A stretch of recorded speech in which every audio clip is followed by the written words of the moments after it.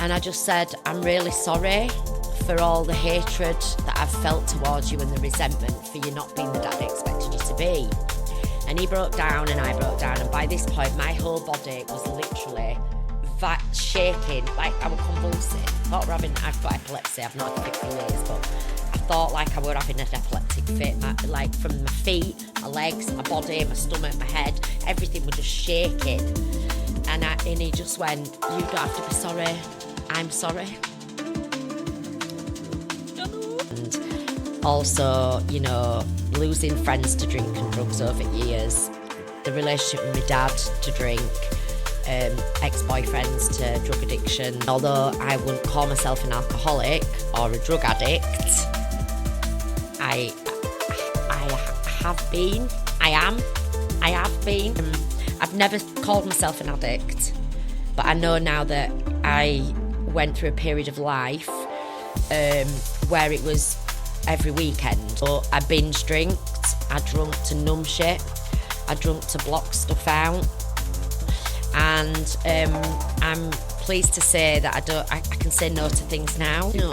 Do you not drink now then at all? No. Well, I had a drink on my wedding day. Yeah.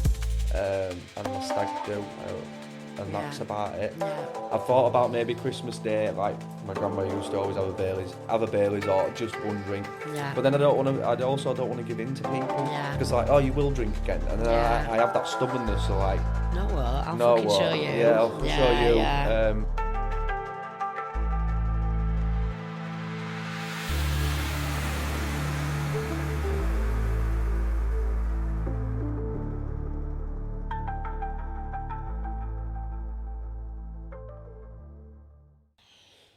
So, welcome back to another episode of Disciples of Truth. This week we have Angela Booth from the Crystal Booth on. Hello. She's here to share her journey and insights, and maybe you can take something from this to help you on your own journey. So thank you for coming on, Angela. Thank you so much for having me. I'm very pleased to be here.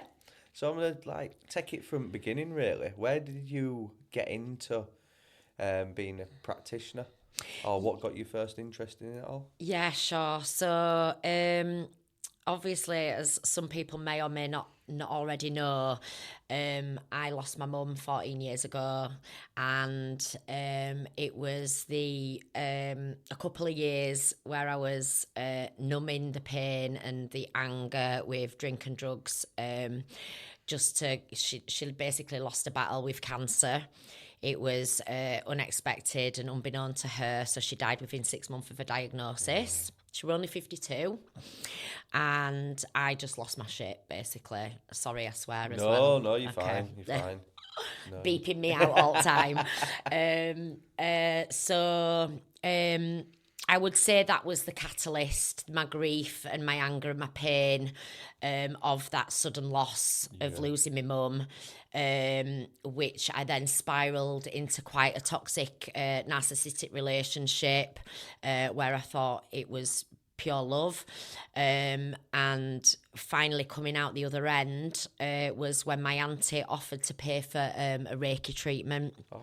And I just thought, what the hell is she talking about? Like, it sounds like a load of shit. Yeah. You know, just with my bottle of rum, and you know, I say this all the time because it literally was where I was at, you know. I went for this Reiki treatment, and it just blew my mind. It really. I'd never heard of it before, never experienced anything like it.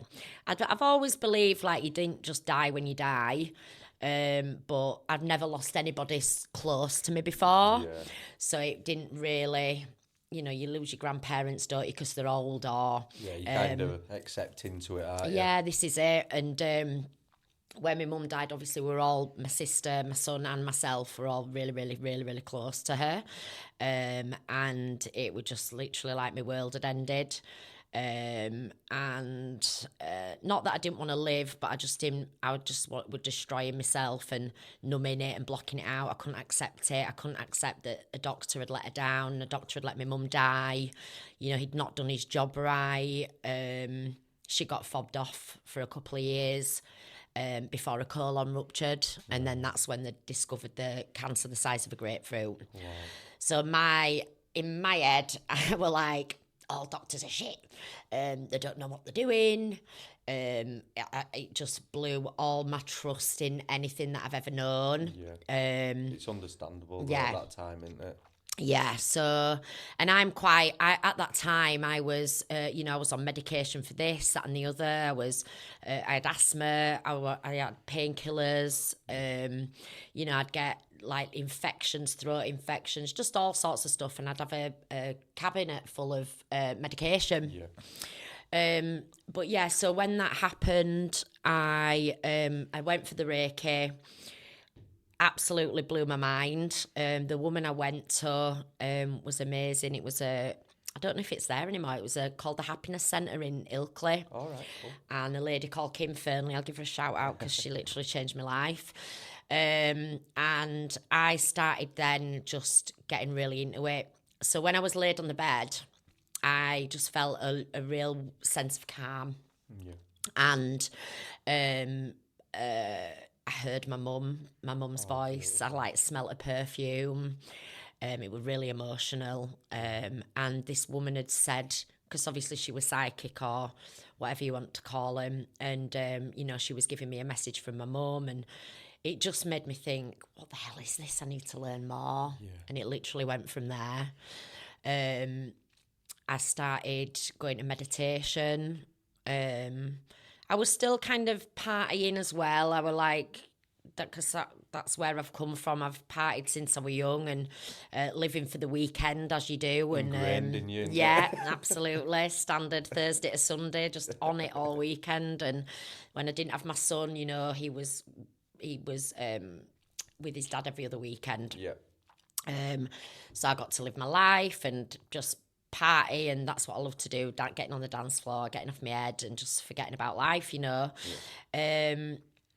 But then when I started reading about Reiki and energies and chakras and dying and what happens when you die, and it just opened me up massively. Yeah. I then thought, right, this is what I want to do. I want to do Reiki healing. So I did my level 1. Then I went to India. I went on a trip to India. Oh, cool. And again, that was really eye-opening. And again, I felt very connected to India for some reason. Ibiza were more like my place up until that point. But India, I don't know what it was. I suppose when I did the attunement for Reiki, I was feeling a lot more. My senses were growing a lot more. And I just felt this really strange connection to India. Yeah. Then I decided I wanted to be a practitioner, so I did my level 2. Yeah. And this was over like a few years. Did you go to do your level 2 over in India? No, I did it when I come back. Ah, right, cool. Yeah, I did it when I come back, and I don't know, I've already done it by then. No, I did my level 1, then it was maybe a year or something, then I did my level 2, and then it was maybe, 3 or 4 years, and I did my level 3, my masters. Oh, cool. In the meantime, I worked for corporate office work. I just thought that's what I would meant to do. I've been doing that for years, and I was kind of doing Reiki healings for my friends on side. And then I didn't really do anything with my masters. I didn't feel very worthy of the master. So the 3 qualifications probably took maybe 6 or 7 years to do. Right. Yeah. But I just knew that I wanted to tell people about Reiki because of how it had made me feel. Yeah. I know like a lot of people go through loss and grief, and I wanted to tell them about this. Oh my God, you need to try this. And, give them like that new lease of life, what you'd found. Absolutely. And I didn't, because all my friends thought I'd lost the plot. I'd sort of got a massive interest in crystals. I was talking about Reiki. I also went down massive rabbit holes with New World Order and all that shit. I think we've all been a part of tinfoil hat and all that, But at that point, I was just very focused on, I'd lost my mum, so I had a new not a new lease for life, but a new look on life, should I say. Yeah. And It's a massive shift, isn't it? oh God, yeah. And also because I'd felt like my mum had been let down, you know, I was very against NHS, against the doctors, like not believing them. Like, why are we taking all these medications? And I just started just learning a little bit more about stuff. Yeah. I did the same thing, and it was like blaming the nurses and all that, and I always take it back to when me and my missus went to Home Bargains and we went to go get some paracetamol, and then you wanted some Calpol and you couldn't let him have both same, and so he's like, that's bang out of order, and I went, and then someone else, this other couple, they behind started kicking off with a guy who worked on till, and I was like, it's not their fault. Yeah. They're just doing the job. Yeah. And once you realise it's the system, it's not the people that's working in it. Yeah. It's really frustrating because it's the people that you're dealing with, not the system on a day-to-day basis, isn't it? Yeah. But, I was really, really angry. Like, I just ended up, I don't even know where it came from. Just one day I thought, I'm getting rid of all this. I don't even need it. And it were like inhalers, codeine, cocodamol, you know, tablets for thrush, throat infection. Just, I had all sorts in my cupboard. And I just thought, I'm getting rid of it all. Don't need it. I mean, this was over a period of years. I decided I didn't want to eat meat anymore. I had, what my mum had before she died, she had a severe case of diverticulitis. Right, what's that Which is, so it's a bowel condition. Yeah. And it's basically like little polyps that are the size of your fingernail, let's say, and they come off your bowel, your colon, and these little polyps can get infected, and then that's when they get worse. And that's, my mum's had been left so long that hers had actually ruptured. So it's like a leaky gut in that sense, yeah. Absolutely. I mean, she got told she had IBS for 2 years, and she never got referred once. They're not equipped to know half the stuff, and it's not their fault. They've been given a script to follow, and it just don't. Yeah. Don't. The thing is with my case was what is it? What difference does it make to him whether he sends a referral or not? He doesn't have to do referral. So why didn't he refer in those 2 years? Yeah. Do you know what I mean? But again, I held this very anger, and I was really, really mad about it for years. And that's when I started making changes in my life. So with the gut thing, the bowel thing, I've always had problems with certain foods. And I just took it as, oh, well, when I have spaghetti bolognese, I just need to go straight to the toilet. And it was just like normal, you know. And it was only, you know, discovering mum having that. Then I ended up having problems, went to the doctors, they fobbed me off. And then this was while mum was alive. They were like, no, you're not celiac. No, you're not this. No, you're not that. I'm like, I'm telling you, like, there's something that doesn't agree with me. You know, you sound stupid when you're trying to just say, look, I know my own body. Yeah. And this is what I always say to my clients now. Like, you know, when people come and they're on medication or they've got something wrong with them, I always just say, please trust your gut. You know, if one doctor tells you one thing, go to another doctor. I think what's really important is as well, if you haven't got the money to pay for the tests, for the gut microbiome test, is start to be aware of what you're putting in and how your body's reacting in the next 12 hours. Absolutely. Like, and once I've started to notice, I know what they are. I haven't totally given up the cheeses, and I notice if I eat pasta, I sleep and I struggle to get out of bed the next day. Right, it just makes me, because it's too heavy on the load. Yeah, and not everybody's like that, and that's brilliant. If you can eat bread and pasta, fab. You know, good for you. But I know I can't. Bread is a big one for me. It is for gluten. Me. I stopped eating gluten. Red meat. Gave up red meat ages ago. I don't eat anything from a cow. Dairy. Who doesn't love cheese, you know? But I'll be very limited on what I eat, just because I know I don't want to get poorly, I don't want to die, and I don't want to end up with a bag. And I don't want to be sick. Like, you know, so and I've become much more like that now. Only because I know how, you know, I'm the oldest I've ever been. I'm 46. I'm 47 next year. Well. And I know that my body is probably the best it's ever been because I'm not eating the shit and, you know, taking the stuff that I would have done before. And it's through experience as well. And it's through going through these times of, like, I revisit foods. Like, mainly done vegan for the last few years, and I found I was beating myself up for eating meat, but I live in a household where everyone does. Yeah. Like I can't stop my kids from wanting to eat it. My missus does, and when we go certain places, I have it now and then. But you've got to look at the growth within that. I'm eating it twice a day. Yeah. I've peeled it back. It might be once every 2 weeks. Yeah, and as long as if you're feeling good off it still and you still enjoy it, then bloody have it, you know? Yeah, that's it. Whereas I would have in it and I would just straight on toilet. I were like, feel my stomach, I were in pain. It was just like, why am I bothering? Yeah. And there is so much more out there now. I know it's very expensive. A loaf of bread costs me nearly £4 now. It's mental, isn't it? Because it's gluten-free. And, but I will pay that now because if I want bread, I'm going to have the good stuff. This is the big thing as well when people are saying food's expensive. Like, if we're eating how we should be eating, it's not that bad because I think I used to be overconsumption all the time. Eat for the sake of it, for taste. And a lot of us are eating for taste. It's not for what it's supposed to be. It's supposed to be eating to nourish your body. Yeah, exactly. And we overlook that so much, don't we? Exactly that. And I think for me also, like I'm trying to, I don't push my views on people anymore. I used to be like, you should be doing this and you should be doing that and you should be doing this. And now it's like, I just try and plant the seed. I fasted for the first time this year. Oh, well done. I know. You went on that retreat, yeah, didn't you? That was phenomenal. Like I've always told myself, I need food, me. I can't not eat. And I've probably lasted maybe 12 hours fasting. Yeah. And then we did a retreat in Wales. Beautiful. Oh, it was absolutely stunning. A really good friend of mine, Jules, has got this beautiful land down there in the forest, and it's totally off grid. We all went down there for 4 days, and we planned to do a group fasting. And I thought, right, this is it. This is perfect. Yeah.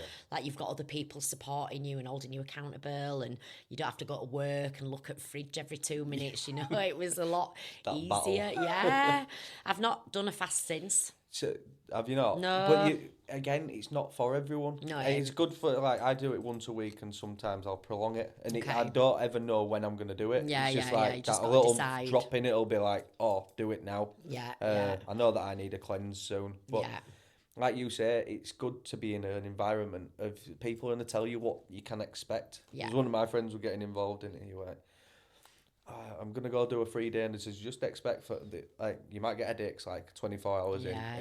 If your belly's going to start rumbling, I'm like, that's it cleaning out. Yeah. And he's like, I told him all these things. He went, oh yeah, they did happen, as you say. And I says, but it is different for other people. Yeah. Other people don't get headaches at all. Yeah, some people it's just find a it process, really easy, don't they? I mean, once I go past a 3 day, it becomes really easy. Yeah, I'd love to do that. It's because I think everything's just switched off. Yeah. It's not bothered.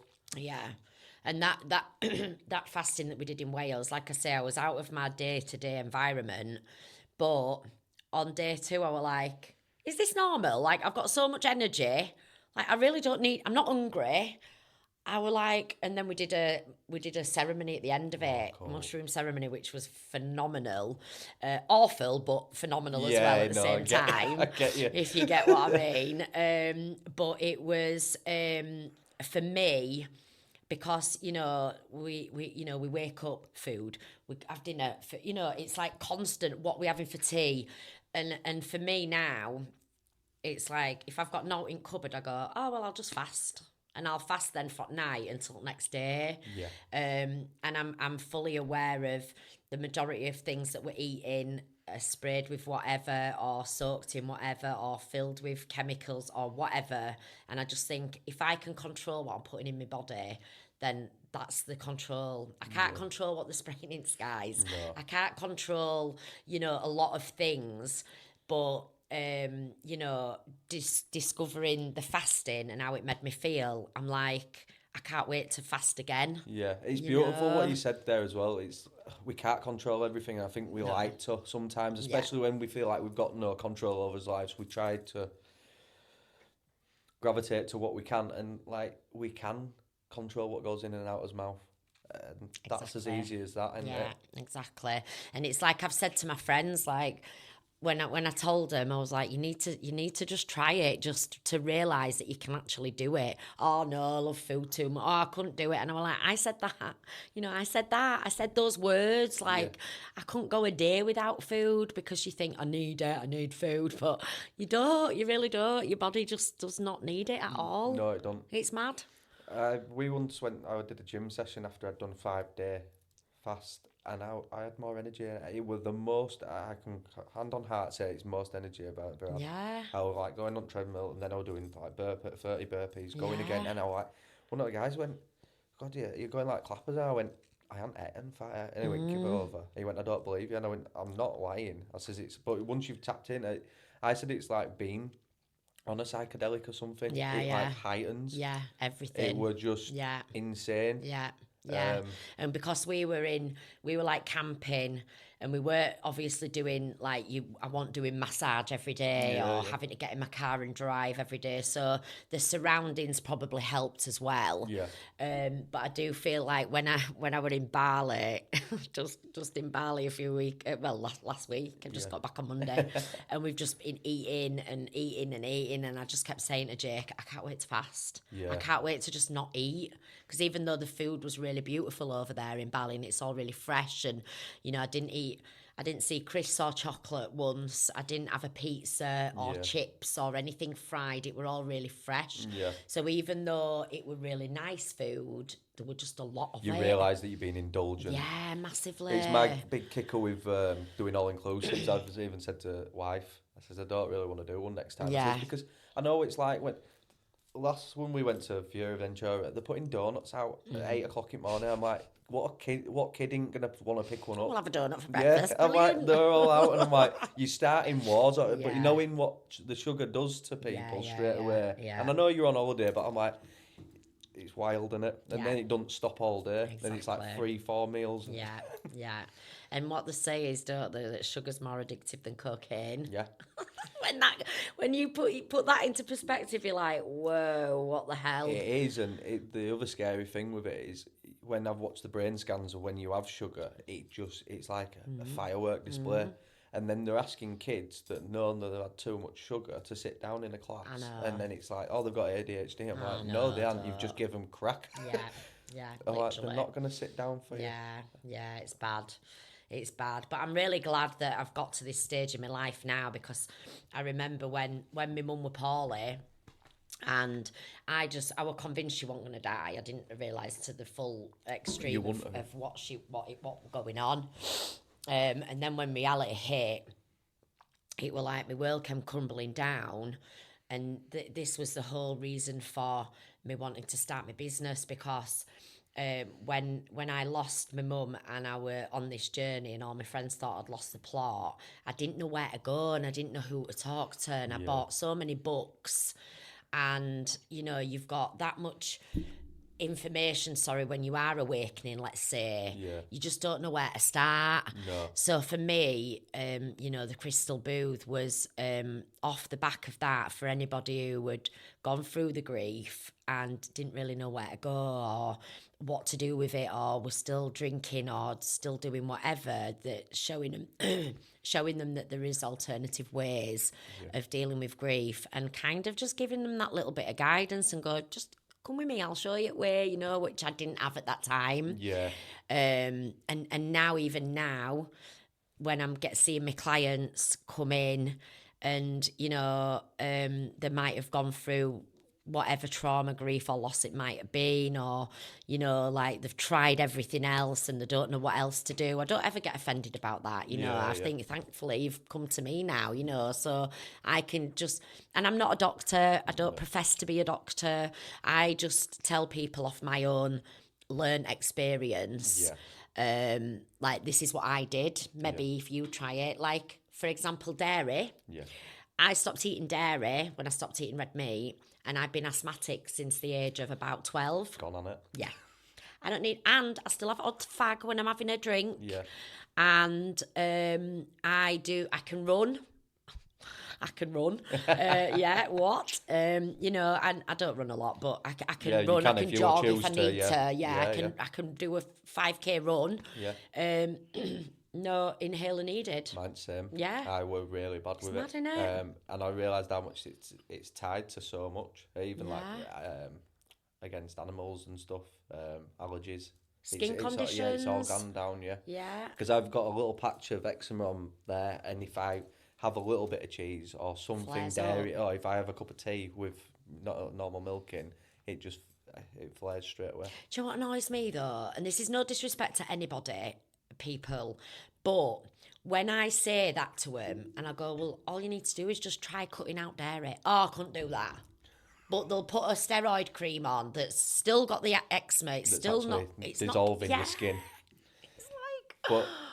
But there's so many people around me now with certain issues, and you try to tell them this, but if they don't want to do it, it's like I don't live in that body, and I'd take them gotta let 'em get on with precautions. it, But you're yeah. like, how many times are you gonna run into that wall? Yeah. If you want to, like, you crack on. But when it's Exactly. really inhibiting your life and it's stopping you from doing things, Yeah. we've got same with there's a little girl at the moment. She's got eczema. Yeah. She's covered in it.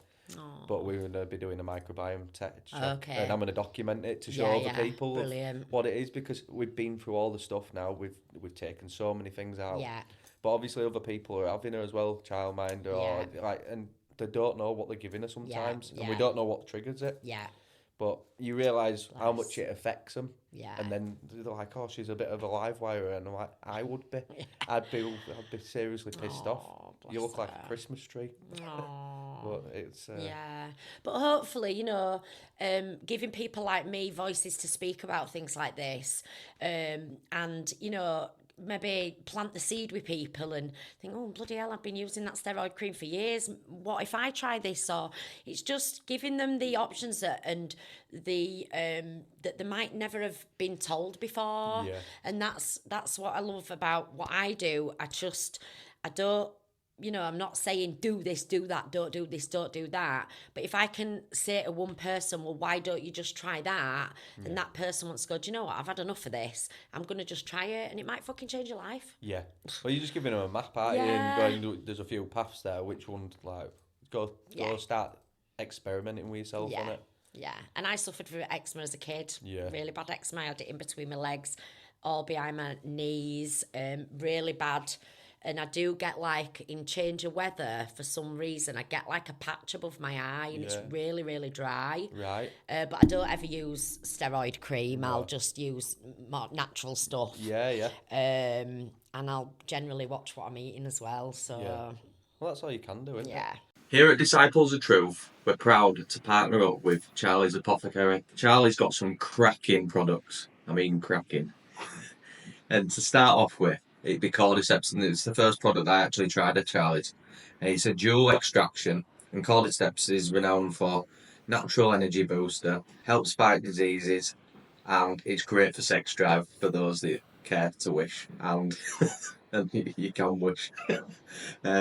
But no, on a serious note, I don't like if you're going to the gym, if you've got low energy, I don't like the pre-workouts. This is great with a few drops of water. Swig it down, swirl it around your mouth, and off you go. And it can be aided throughout the day. And then the next product we've got is my personal favourite, is the 4 blended salts. Salts gets a really bad rap through propaganda and doctors saying that we overuse it, when it's not true at all. To get the best salts in is one of the most natural ways of getting all the essential minerals into your body flow, so I'd give it a go. And it has Salinas del Carmen salt that originates from the Canary Islands, Fuerteventura, if you really want to know. It's one of the highest grades that you can have, and then it's got another three blends to go with. And the next product we've got, it really doesn't need an introduction. It's Shilajit. You must see it everywhere. It's got 85 trace minerals. And it's good for energy, mental health, and clarity. And this is sourced from the Himalayan mountains. And I've tried many different brands of Shilajit, and I'd put this at the top of the ladder. And it's really nice packaging as well. And then last but not least is the oregano. It's the triple extraction. And this is good for boost immunity, gut health, lowers cholesterol, fights inflammation, it aids weight loss. And I've just personally used this. The house some of his family members got sick, and it kept it off, and I haven't managed to get sick through it. Same again. Put in water, swirl around the mouth. Brilliant products. What you also get from these products is it's handcrafted. He puts a lot of time and effort, him and his team. It's UK only at the moment. And How were your trip to Bali? Oh. And what were the intention of going out? So, do you know Jake from Manchester? Eliminate. Oh, I've heard Wings of him, of Buddha. Yeah, I've heard of him. Fabulous guy. Thank you so much, Jake, for taking me to Bali. It was the most amazing and beautiful trip I've ever been on. Bar India, because when I went to India, I didn't realise how much I loved India. Bali is somewhere that I've always wanted to go, and I didn't really know why. I know my friend Michelle went beginning of year, and she said it was fabulous, and I was really jealous when she was going, but I knew I'd always get there one day. Yeah. And then an opportunity came to do facilitating on Jake's retreat out there this November. So I were all in. I didn't know how we were going to pay for it. You're like, sod it. I'm going. Sign me up. I don't care. I was like, yeah, count me in. And then it was getting closer to date, and I was like, shit, I need to pay for this. But it all worked out in the end. And I knew, and I said, if I'm meant to be there, I'll be there. Yeah. And luckily it worked out for me, and so I didn't end up facilitating any groups, but I did some brilliant one-on-ones with the guys that were there. It was quite a small intimate group of us. There were 6 of us there. Oh, cool, yeah. And it were like they were family straight away.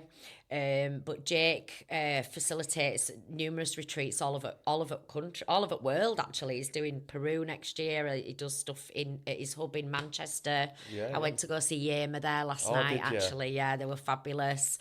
And it's all really conscious and vegan, and he does cacao ceremonies, happy, all that sort of stuff. Anyway, all good stuff. All the good stuff.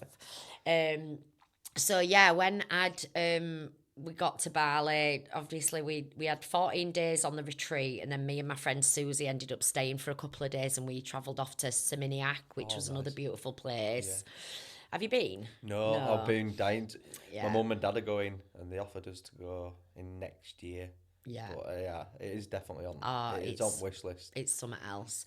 And also, because Jake's been there before, he knew where, what trips to do, where to go. All the good stuff, which was great. We managed to get a Rise and Shine party in. Oh, cool. I don't know if you've heard of them. That's an organisation which is based out in Bali, actually. Is this guy called Anthony Lowther. I follow him. Yeah. He's a Geordie boy. Geordie guy. Yeah. And he does morning coffee. Yes. Cafe club, yeah. Absolutely. I have seen it. Do you know what? I was high on my own supply at that party, because I know there's places that do conscious stuff, but it's all like drum and bass and a bit trancey, and it's not really my thing, even though I'd go to experience the conscious side of it and the sober side of it. It's not really my music. So when Jake was telling us about the Rise and Shine parties, he went, "You'll love it, Ange. It's, the music's really good." And it was fucking ace. It was really, really, really, really good. And like I say, there was no alcohol, no drugs involved. I think it started at 4 p.m, finished at 9. Oh, cool. We had a beautiful meditation to start with, all just conscious, sober people there as well, all there for the same thing. Anthony was DJing as well as this other guy who was amazing. It was more house, sort of disco, funky music, so it was right up my street. I didn't stop dancing all night. And then right at the end, he did because it went round about the full moon, it was a fire ceremony. So during the retreat that I was doing with Jake, we'd done this mind mapping course with him. All right, yeah. Sounds good. It was fabulous. I've never, it was maybe 4 or 5 hours, and it was basically a course, and he does this at his space in Manchester. So it was basically, when a trauma happens, we tell ourselves a story. So if you're raped or abused, Yeah. okay, you're not enough, or you're not good enough, or you're only good for one thing, or you lose somebody, you've been abandoned, or, you know, the stories that we tell ourselves off are happening are not true. It's what our subconscious is making up a story to keep us in this low vibration. I mean, there's a lot more to it than that. Yeah, it's like a protection. Yeah, Absolutely. it's like an armband. And, yeah. So weirdly, you know, your subconscious telling you you're not enough because you're only good for one thing is protecting you, but it's keeping you in a state of fear. And obviously we want to be in a state of love, which is a higher vibration, which then means you're closer to ascending. So this course, by the end of it, I mean, there's a lot more to it. I couldn't go into it because I've forgotten. But by the end of it, we had a list of 20 people that were positively influenced you, good and bad, in your life. So obviously my mum were on there. My uncle who abused me when I was a kid, he was on there, but I don't obviously speak to him. My dad was on there, who I've not had the best relationship with for the past year. And I actually blocked him a few months ago because I was just sick of his victim mentality. Yeah. And there were a number of other people on there. We had a list of 20 people. Yeah. So Jake said after the thing, he was like, right, you're going to go ring these people. And if they're not alive or you can't speak to them, you're going to write to them. And you're going to tell them, are you okay to speak? I just want to apologise to you for any anger. So I did it to my dad. And I resent him for not being the dad that I expected him to be. Yeah. But also it's not his fault. He was doing best that he could. Yeah, with what he knew. And all my life since losing, I'm not had a bad upbringing. Yeah. We had a great upbringing as kids. My mum kept a lot from us, I think. Yeah. In a relationship. Like I say, they're only doing best. They always do, yeah. And my dad's a drinker. And he blames everybody else for his misdemeanours, unfortunately. Shout out to my dad. I love you, by the way. But that call changed me and him, our relationship. Like I say, I blocked him a few months ago just because I just thought, do you know what? Life's hard enough. Like, I can do without your shit. Yeah. Like, you don't know what I'm dealing with at the minute, Dad. I'm trying to run a business. Yeah. I'm trying to survive in this world. Like, please just leave your shit with you. Like, I don't need it. So I blocked him, and I didn't like blocking him because I'm an empathetic person and feel a bit sorry for him. It's always at the back of your mind. You're like, you don't want to have that nastiness between your parents, and it's the only parent I've got left. Yeah. But I also needed to protect my own peace. So in my mind, me blocking him was me just getting on with my life, and I knew that we'd speak one day. I just wasn't sure when. So anyway, when Jake said to ring, my dad was the first person I wanted to ring. And because I've never actually told him how I feel about how he's made me feel over the years, and like I say, he wasn't a bad dad. This is not about him, but it's also about his upbringing and his trauma and his losses, and he deals with it through drinking. And that's fine because that's what I did. And I'm going to get a bit upset. No. I'm surprised I hadn't cried before then, actually, to be fair. You're all right. You want a tissue? No, I'm not. Yeah, probably, yeah. So... It's heavy stuff, though, so don't worry about it at all. And it was... so the call basically went like, hi, Dad, are you free to talk? And he was like, oh, my God, because I've blocked him. I've not spoke to him for months. And he was really pleased to hear from me. Yeah. Oh, my God, are you okay? Oh, it's so lovely to hear from you. I was like, Dad, I just need to speak to you. And my throat at this point was going like this, like, don't say it, don't say it, don't say it. You know, I was like, fucking hell. I had this big block in my throat, like, or like trying to swallow it down. Like, it's okay, just say what you need to say. Like, Jake was really, really supportive. Like, trust me, if you do this, you're going to feel it. And he's an amazing space holder out. He's just, phenomenal. And when he went, yeah, sorry, go on, love, what's up? And I told him where I was. He went, where are you? I said, I'm in Indonesia on a wellness retreat and I'm just doing a course at the minute and you've come up and I need to just say something to you. And by this point, I literally felt like someone had held in my throat like that. And I just said, I'm really sorry for all the hatred that I've felt towards you and the resentment for you not being the dad I expected you to be. And he broke down and I broke down. And by this point, my whole body was literally shaking, like I was convulsing. I thought I've got epilepsy. I've not had a fit for years, but I thought like I were having an epileptic fit. Like from my feet, my legs, my body, my stomach, my head, everything was just shaking. And he just went, you don't have to be sorry. I'm sorry. That's beautiful. I know. That's beautiful. And I've never said that to him before. I've like effed and blinded him and fucking dad and shit dad and, you know, all the rage. All that. Yeah. But I've never actually fucking said to him, this is how I feel about you. And as I apologised for those feelings, it was like my body went, oh, thank fuck for that. Yeah. It was like this hatred and anger that I felt towards him, it just left my body. Yeah. And my dad was like, you don't have to be sorry, I'm sorry. You don't know how much this call's going to help me. I want to change, Angela. I don't want to drink anymore. I don't want to be this person anymore. And again, that's words I've never heard him say before either. So when we come off, it was like a little mini script that he gave us to say, so all you need to do is this. You don't need to say you forgive because that might get the back up. Yeah. And you're not forgiving, you're just releasing the anger and the pain or hurt or resentment or whatever the negative emotion what you feel about why this person is on your list, basically. And afterwards, I left the call. So I've now unblocked my dad. And we've had several messages since I came back. And he's told me he's looking at his drinking. He's drunk since for as long as I can remember. Yeah, so it's hardwired into him. It's not going to be easy for him, I know that.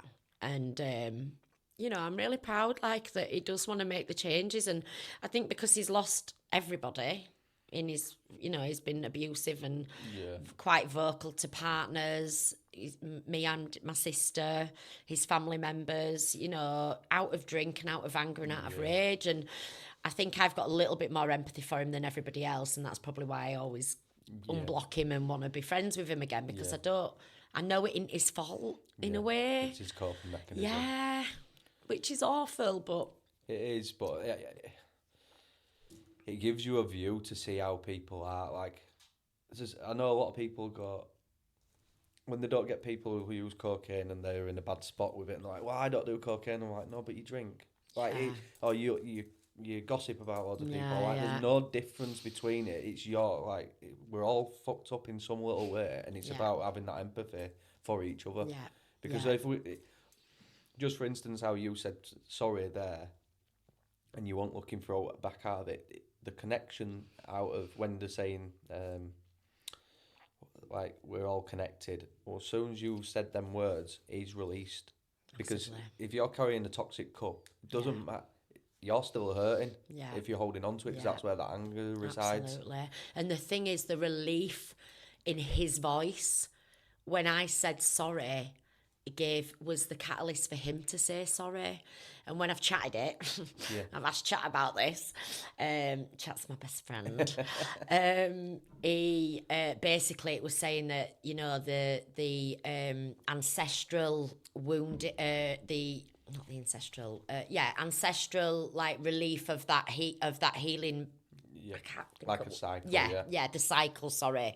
So not only have I healed me, I've healed my dad, but also lineage, you know. Yeah, the lineage, lineage. It's crazy because I read something the other day and it was saying, like, this generation that we're in we're not only healing the children that we've got and relearning ourselves, we're healing, like, the older ones. 7 generations. Yeah. 7 generations behind and 7 generations in front, and we're cycle breaking this time. It's crazy. Yeah. But you can feel the velocity of it when you're doing it, and it's not easy. No. Like, I mean, we all gone as there's stuff that you've done that I've done, and vice versa. We'd all do things in the divine timing that we should. I remember, like, when I was doing the mushroom journeys quite often, it was telling me to go around and text people. So I'd done it unknowingly, not through right, someone wow, telling me, but yeah. I was texting people, or whether I'd even go back to a lad that I worked with down south. I was smoking. He didn't smoke at all, and I'd have a smoking room. And you're just thinking, what a little dickhead I was. And I texted him, and you're trying to get the camera off, and I'm like, no, I'm just trying to release like some stuff where I were an arsehole, and I understand that now. All the other instances, and you realise how much you cleanse, like for both parties. It's not just for you, is it? Powerful. It really was. And so by the end of the call, we were both crying. He told me he loved me. He told me he was really proud of me, and I just said, I want to support you on your journey. And you know, we've arranged to meet up at some point, which was amazing. That's good. But I am also a little bit wary, like, you know, obviously I am the most trusting person. I believe everybody's true to the word, and, you know, what you see is what you get with me, and I expect people to be like that as well, and they're not always like that. But you know, my friends, I've said, I'm going to have to stop trusting people. And it's like, but you wouldn't be you, Ange, if that's were the case, you know. And I can't stop being like that, but I can be a lot more aware and just be on a little bit more of my guard, you know. And I know, like, having the messages with my dad after Bali, you know, he's checked in quite a few times and he's really looking forward to seeing me. And I know he is. He's not, you know, he's not getting any younger, and I don't think he hates not having a relationship with his daughters. I get it. But I also understand my sister's point of view, and I also can back myself up when I say, well, I'm not putting up with that shit. You know, my life is hard enough as it is. I don't need shit from you, and all I'm doing is just checking in and saying, are you all right? Yeah, it's a very difficult one when it's family. Or even good friends. It's to be able to put up that healthy boundary, but then you still want that bit more. And then if you get scorned again, I've been through it 2 or 3 times, and you're like, it's and like, then others are like, are you still gonna be all right? And I'm like, yeah, well, I'll be, but I'm not gonna put myself over lines anymore. Because you can't just keep on giving yourself out, and then you're doing yourself discredit. But you can. That's where I found you've still got to love them no matter what. And the easiest way I found it is pray for them. Like, in your own time, pray. Like, you know that they've got the battles, and you don't have to be there as long as you're saying them words over. You're putting it out, aren't you? Yeah, definitely. But I would say that I think that was day 2 or day 3. We were all like, that fucking hell, Jake, what the hell? Like, what's next, you know? But the relief that I felt after that phone call, and I squeezed Jake so badly, and I was like, thank you for showing me that, because my body just felt, thank fuck for that. You were like, you've been holding on to that for a long time, and you don't even know it. And it was only when I was having the phone call that I'd felt this.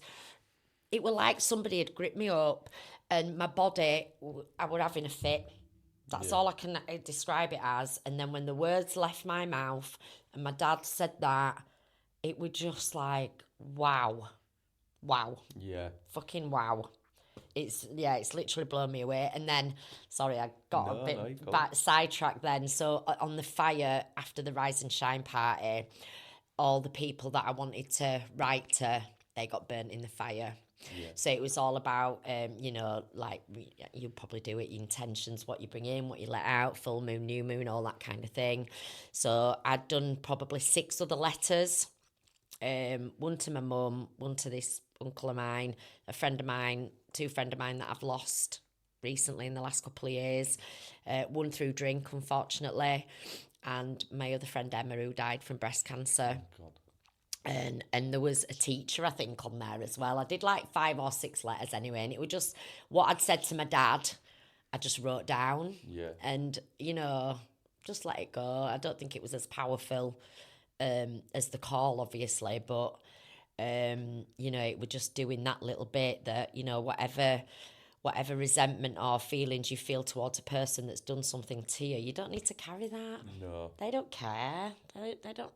They don't think about you, so why should you carry that around with you? And this is, like I said, from the teachings from Bali, I mean, not just with Jake, but we went to a place called Udara. Another shout out to another amazing place. You need to check it out. Phenomenal. Like, this hotel is like an adult playground. The pool had like monkeys carved into the concrete, or snake, or a turtle, fountain, ice bath, sauna, spa, beautiful. It based over 3 floors. We did breath work, transformational breath. I did another breath called rebirth breath. All right. I mean, I can't even tell you what I did or what it was, but like my kundalini were going off, my light language were up there. Felt like a child. I felt held, and all I were doing were lying on a mat with the ocean in the background. Like, you just couldn't write it. Crazy. And then we did like ecstatic dance, and then like this celebration of life where this beautiful Balinese band played this. Just.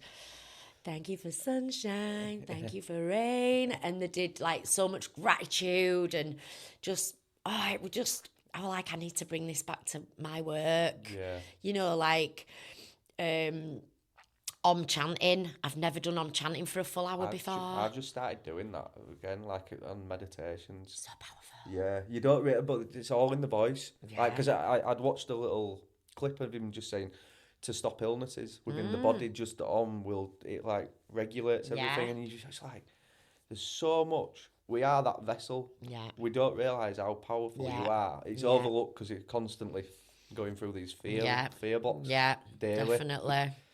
But I mean, like, what else? I'm trying to think what else we did. It was just... Sounds like such an amazing trip, though. How long did you go for? So I was there 17 days. Wow. Yeah, 14 days with Jake and the rest of the guys, and then me and Susie went on for a few days, where I got barley belly. Been really poorly last Taken weekend. God. No pun intended. Yeah, exactly. But we got my friend Scott, who's been to Bali before. He said, go and have an IV drip. So we found this clinic. It cost us, I think I spent £100 on meds while I were over there, because I got bit quite bad. And then this IV that you can just go to a clinic, it was about 60 quid, I think, for mine. And they've got different packages of what's wrong with you, and you get multivitamins, B vitamins, like anti-stomach stuff. So for 24 hours after that, I felt banging. I was like, oh my God, I'm back. And then I was like, can I have a glass of wine? I'm like, no, don't have a glass of wine. And I really listened to I was like, why would I have a fucking glass of wine, Angela? You've just been really poorly. You can't stop going to the toilet. Like, come on, what are you doing? So, but again, I also took that as, this is what I needed before I came back, because even though it was a retreat, I was like, Jake, can I have a glass of wine? He was like, you can have what you want. And then I felt bad because we're on a retreat. Yeah. And then I thought, no, fuck it, I can have a glass of wine. I mean, I've had a massive epiphany out there, and I don't want to drink anymore, and I don't want to smoke anymore. Yeah. And I feel very strong in it, which is actually also birthed a beautiful idea, which I'm going to mention at the end if you don't mind. Yeah, no, that's cool. A project that's going to be really, really close to my heart. And also, you know, losing friends to drink and drugs over years, the relationship with my dad to drink, ex-boyfriends to drug addiction, you know, there's a lot there. And although I wouldn't call myself an alcoholic or a drug addict, I have been. I have been. Yeah. It's really hard to say this. I've never called myself an addict, but I know now that I went through a period of life where it was every weekend. All right, I wasn't doing it every single day, and I wasn't hiding my drink in the cabinet or, you know, under the sink or whatever. But I binge drinked. I drunk to numb shit. I drunk to block stuff out. Mm-hmm. Bag of this, line of that, whatever else, you know. And I'm pleased to say that I can say no to things now. Yeah. It's not something that I want to do in my life, but I don't judge people for doing it, because I also know how much fun it was back in the day. And now I want to do something for myself, and You're all right. Take your time. You know, drink has been a massive part of my life since I was a kid. Yeah. And when my mum died, I was still partying and still taking stuff and drinking. And I was like, well, I fucking like it, so I'm going to do it. And it took me 7 years to stop doing stuff that I didn't want to do anymore. But because of the circles that I was in, I was like, well, if you can't beat them, join them. And I remember being at kitchens, you know, God knows what time in the morning, thinking, I'm bored of this shit. Like, what am I doing? I don't enjoy it anymore. Yeah. And it were... it's a painful stage, is that, like, because you don't know any different. Like, I went through it for ages. Even Zoe hated me going out doing coke or whatever. And when I get back and she's going, have you even had fun? I'm like, no. And she's like, why the fuck are you doing it then? It's mad. And that's where you think, oh, well, am I addicted? Because if I want, I'd stop. I think it's a lack. I think because you've got so used to running the same program and running the same circles, and you don't realise there's a bigger world out there. You've just got this like they do with horse racing, they put blinkers on them. They can't see out else. Yeah. So to find anything else, and then the same crowd where you had your fun, and I still struggle with it now. Like a couple of weeks ago, we had Leon, and he said in car over, he went, "What do you do for fun?" And I'm like, the fuck do I do for fun? Because it has took a long time to fill that void. It was fun drinking. Yeah. It was, and it were a release, and it's not. I'm finding. Do you not drink now then at all? No. Well, I had a drink on my wedding day. Yeah. And my stag do, and that's about it. Yeah. I thought about maybe Christmas Day, like my grandma used to always have a Baileys or just one drink. Yeah. But then I also don't want to give in to people. Yeah. Because like, oh, you will drink again, and then I have that stubbornness. So like, I'll fucking show you. Yeah, I'll show you. Yeah. But then you're thinking, it's so hard because we shouldn't really idolise people. But like Alan Watts, he's great with some of the stuff that he said, and he drank all the time. Yeah. But then it's like that. Is that an enabler?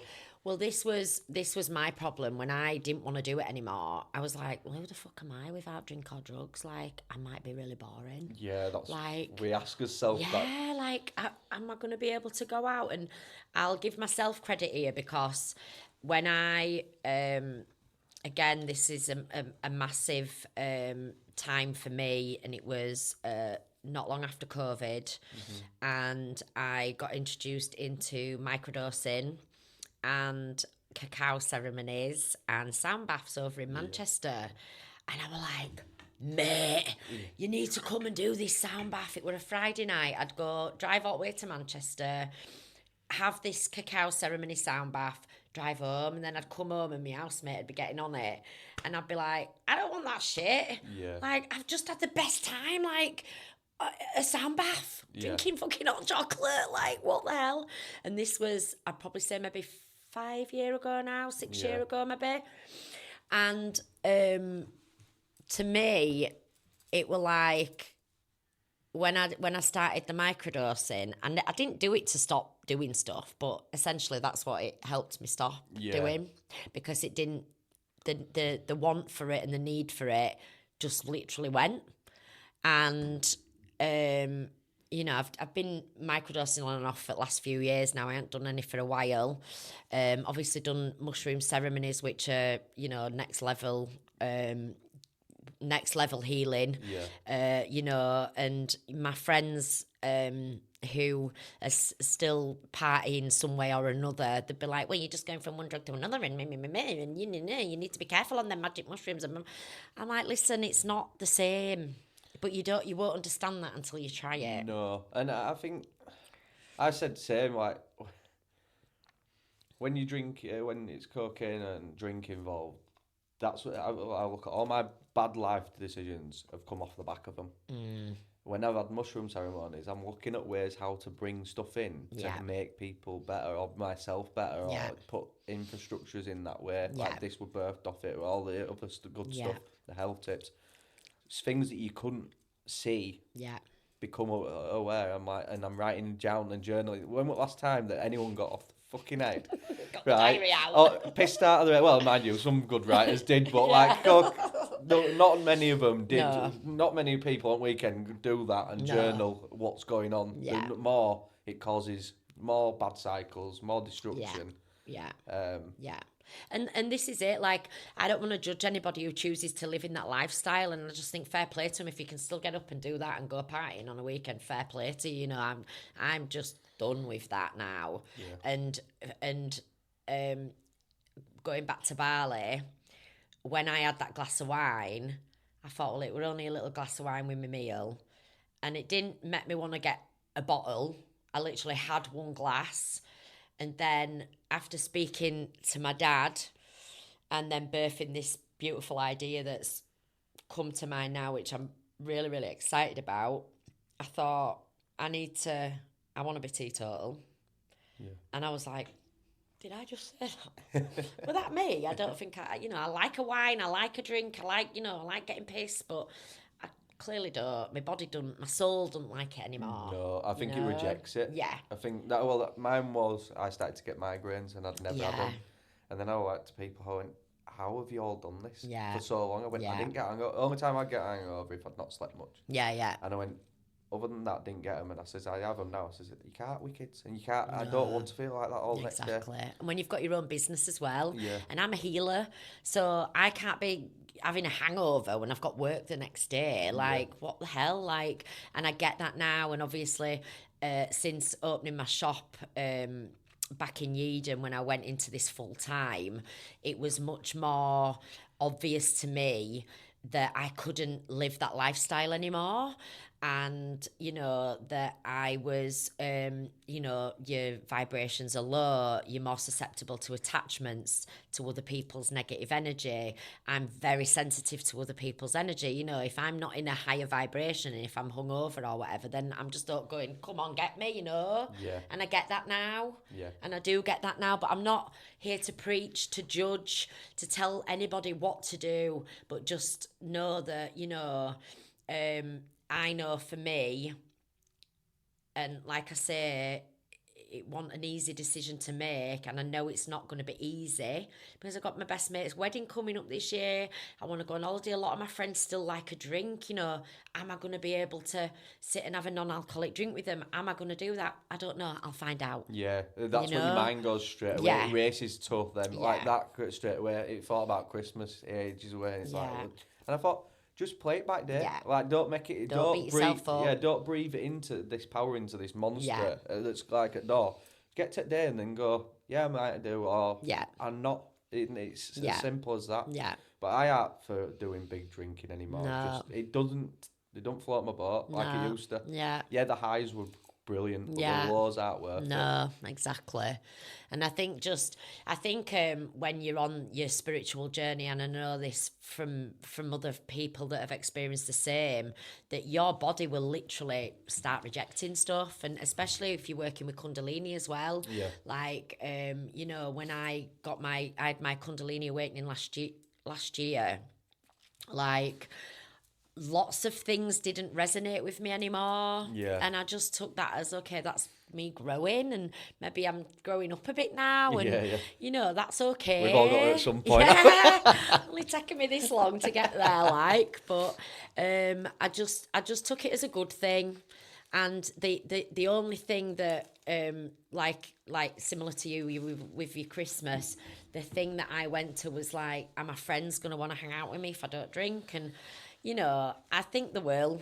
I don't need a drink to have fun. I had the best time at that Rise and Shine party, totally sober, high on life, high on my own supply. It was, I don't, whereas before I thought I needed drink and drugs to have a good time. Yeah. I know now that I don't. It becomes your personality though, doesn't it? Like that's where the big switch over with me. It's like, I'd have the biggest line, or I'd sink as much beers. And you step into this funness. It's like, what I'm trying to do is bridge the gap of that Craig's there all the time. Yeah.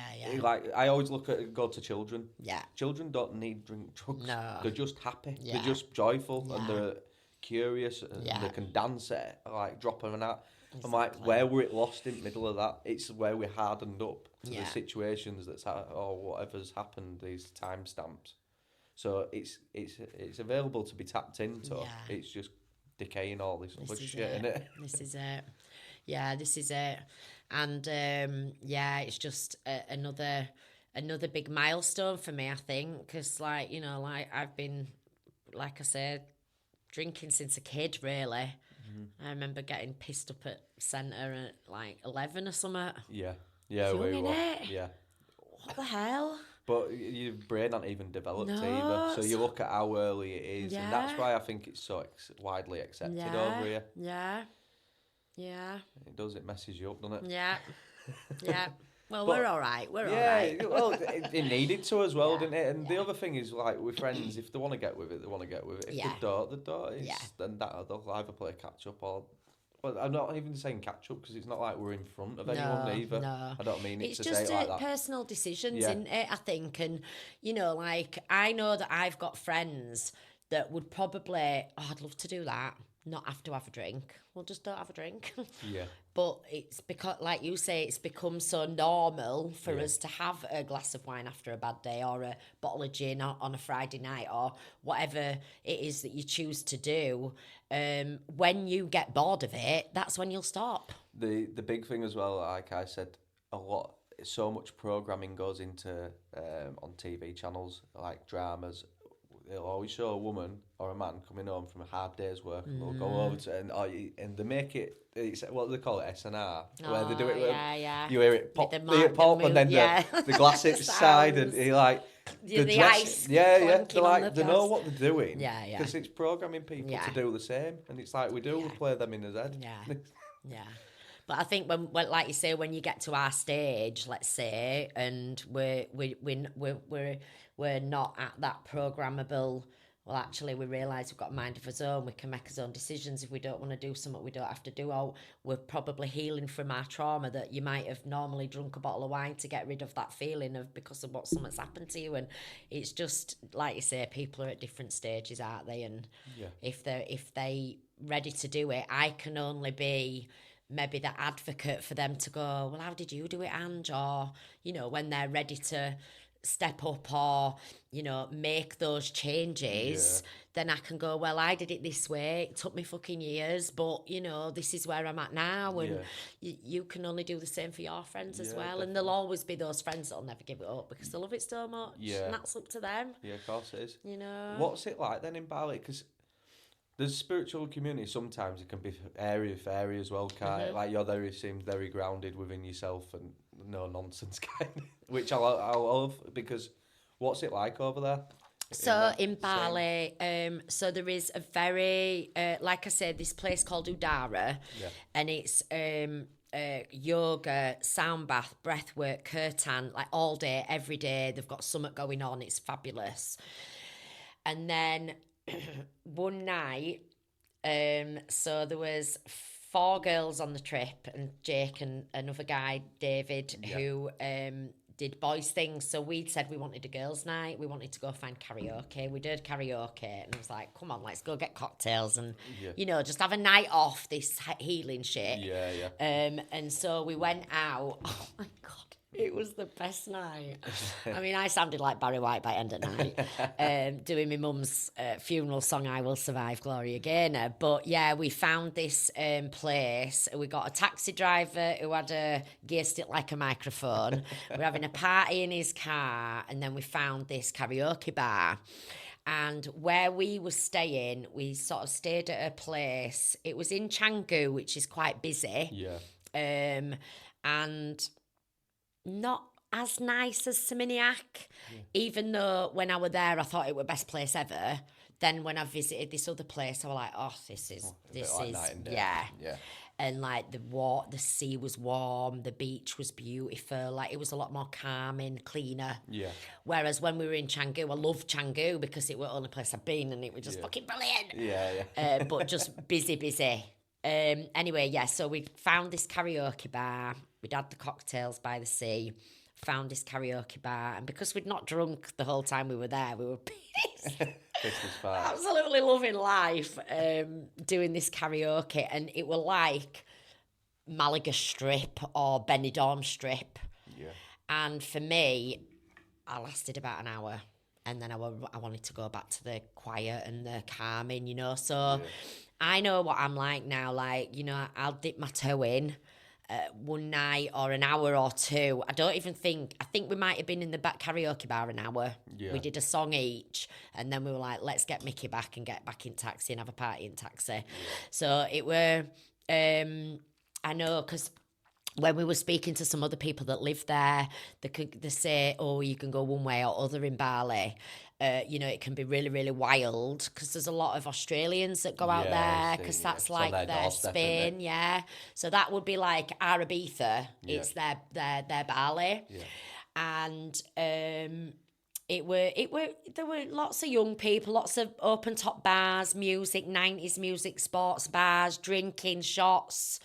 A lot of that. We literally just got the taxi driver to drop us at the karaoke bar. We did a song each and then we got out of there. Yeah.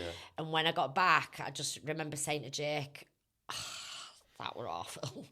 And it wasn't awful, but it was the energies. Yeah. Because obviously I'm susceptible to energies anyway. I'd had a drink, loads of people. It would just like get me out of here.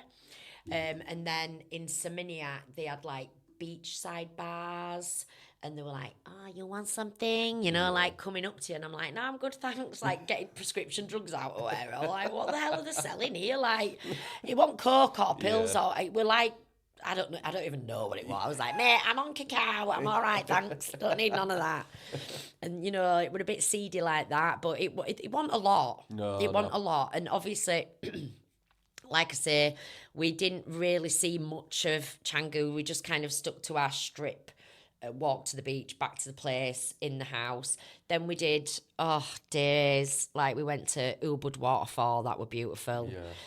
I remember we'd been told about this spa, and it started pissing it down when we were in the monkey forest. So we said, let's go to this spa. Well, it were like a 5-6 star spa. Yeah. Cost us £9. Did it? Honest to God. And I swear to God, Craig, right, it were like little caves in, like, just coming out, like a spa, like an ice bath, a steam room, like, and then overlooking the rainforest. And I was sat on this wall, and it was just like a big ravine. So the spa's behind me in like this cave. I've got rainforest, that rain just just absolutely throwing it down, like, because it was rainy season. And even though it was quite nice to cool us down a bit, because it was still very hot. And I sat on this wall and I just cried. And I don't even know what I was crying for, but it was just... How beautiful it was. Beautiful. Yeah. I felt my mum's presence right next to me. And she was saying, you're so lucky. And I was just so lucky to be there. And I was in my bikini and it was raining, it was cold. And I just had these hot tears coming down my face. And I was like, I'm fucking so lucky. Like, look where I am. Look what I'm doing. I'm with these beautiful girls in a £9 spa facility. Yeah. And it was just, I was just so overwhelmed with how grateful I was feeling at that time. And thinking, I want to live out here. Yeah. You know, I don't want to be, I mean, you know, I'm here for my business. I love Leeds. It's where I'm born and bred. Not all my friends live here, but, you know, my life is here. Yeah, yeah. But when I was out there, I was like, I've got to make this work in a way. Maybe I can do 6 months in UK. Maybe I can do 6 months in Bali.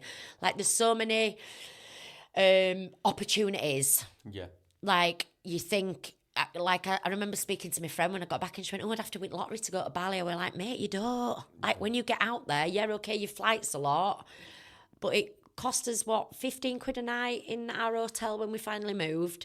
And the food is really, really cheap. It costs you next to no in taxis to get around. Like, it's doable. Yeah, of course. Well, you've seen so many people go out there. Yeah. It's for the decency of life. Yeah.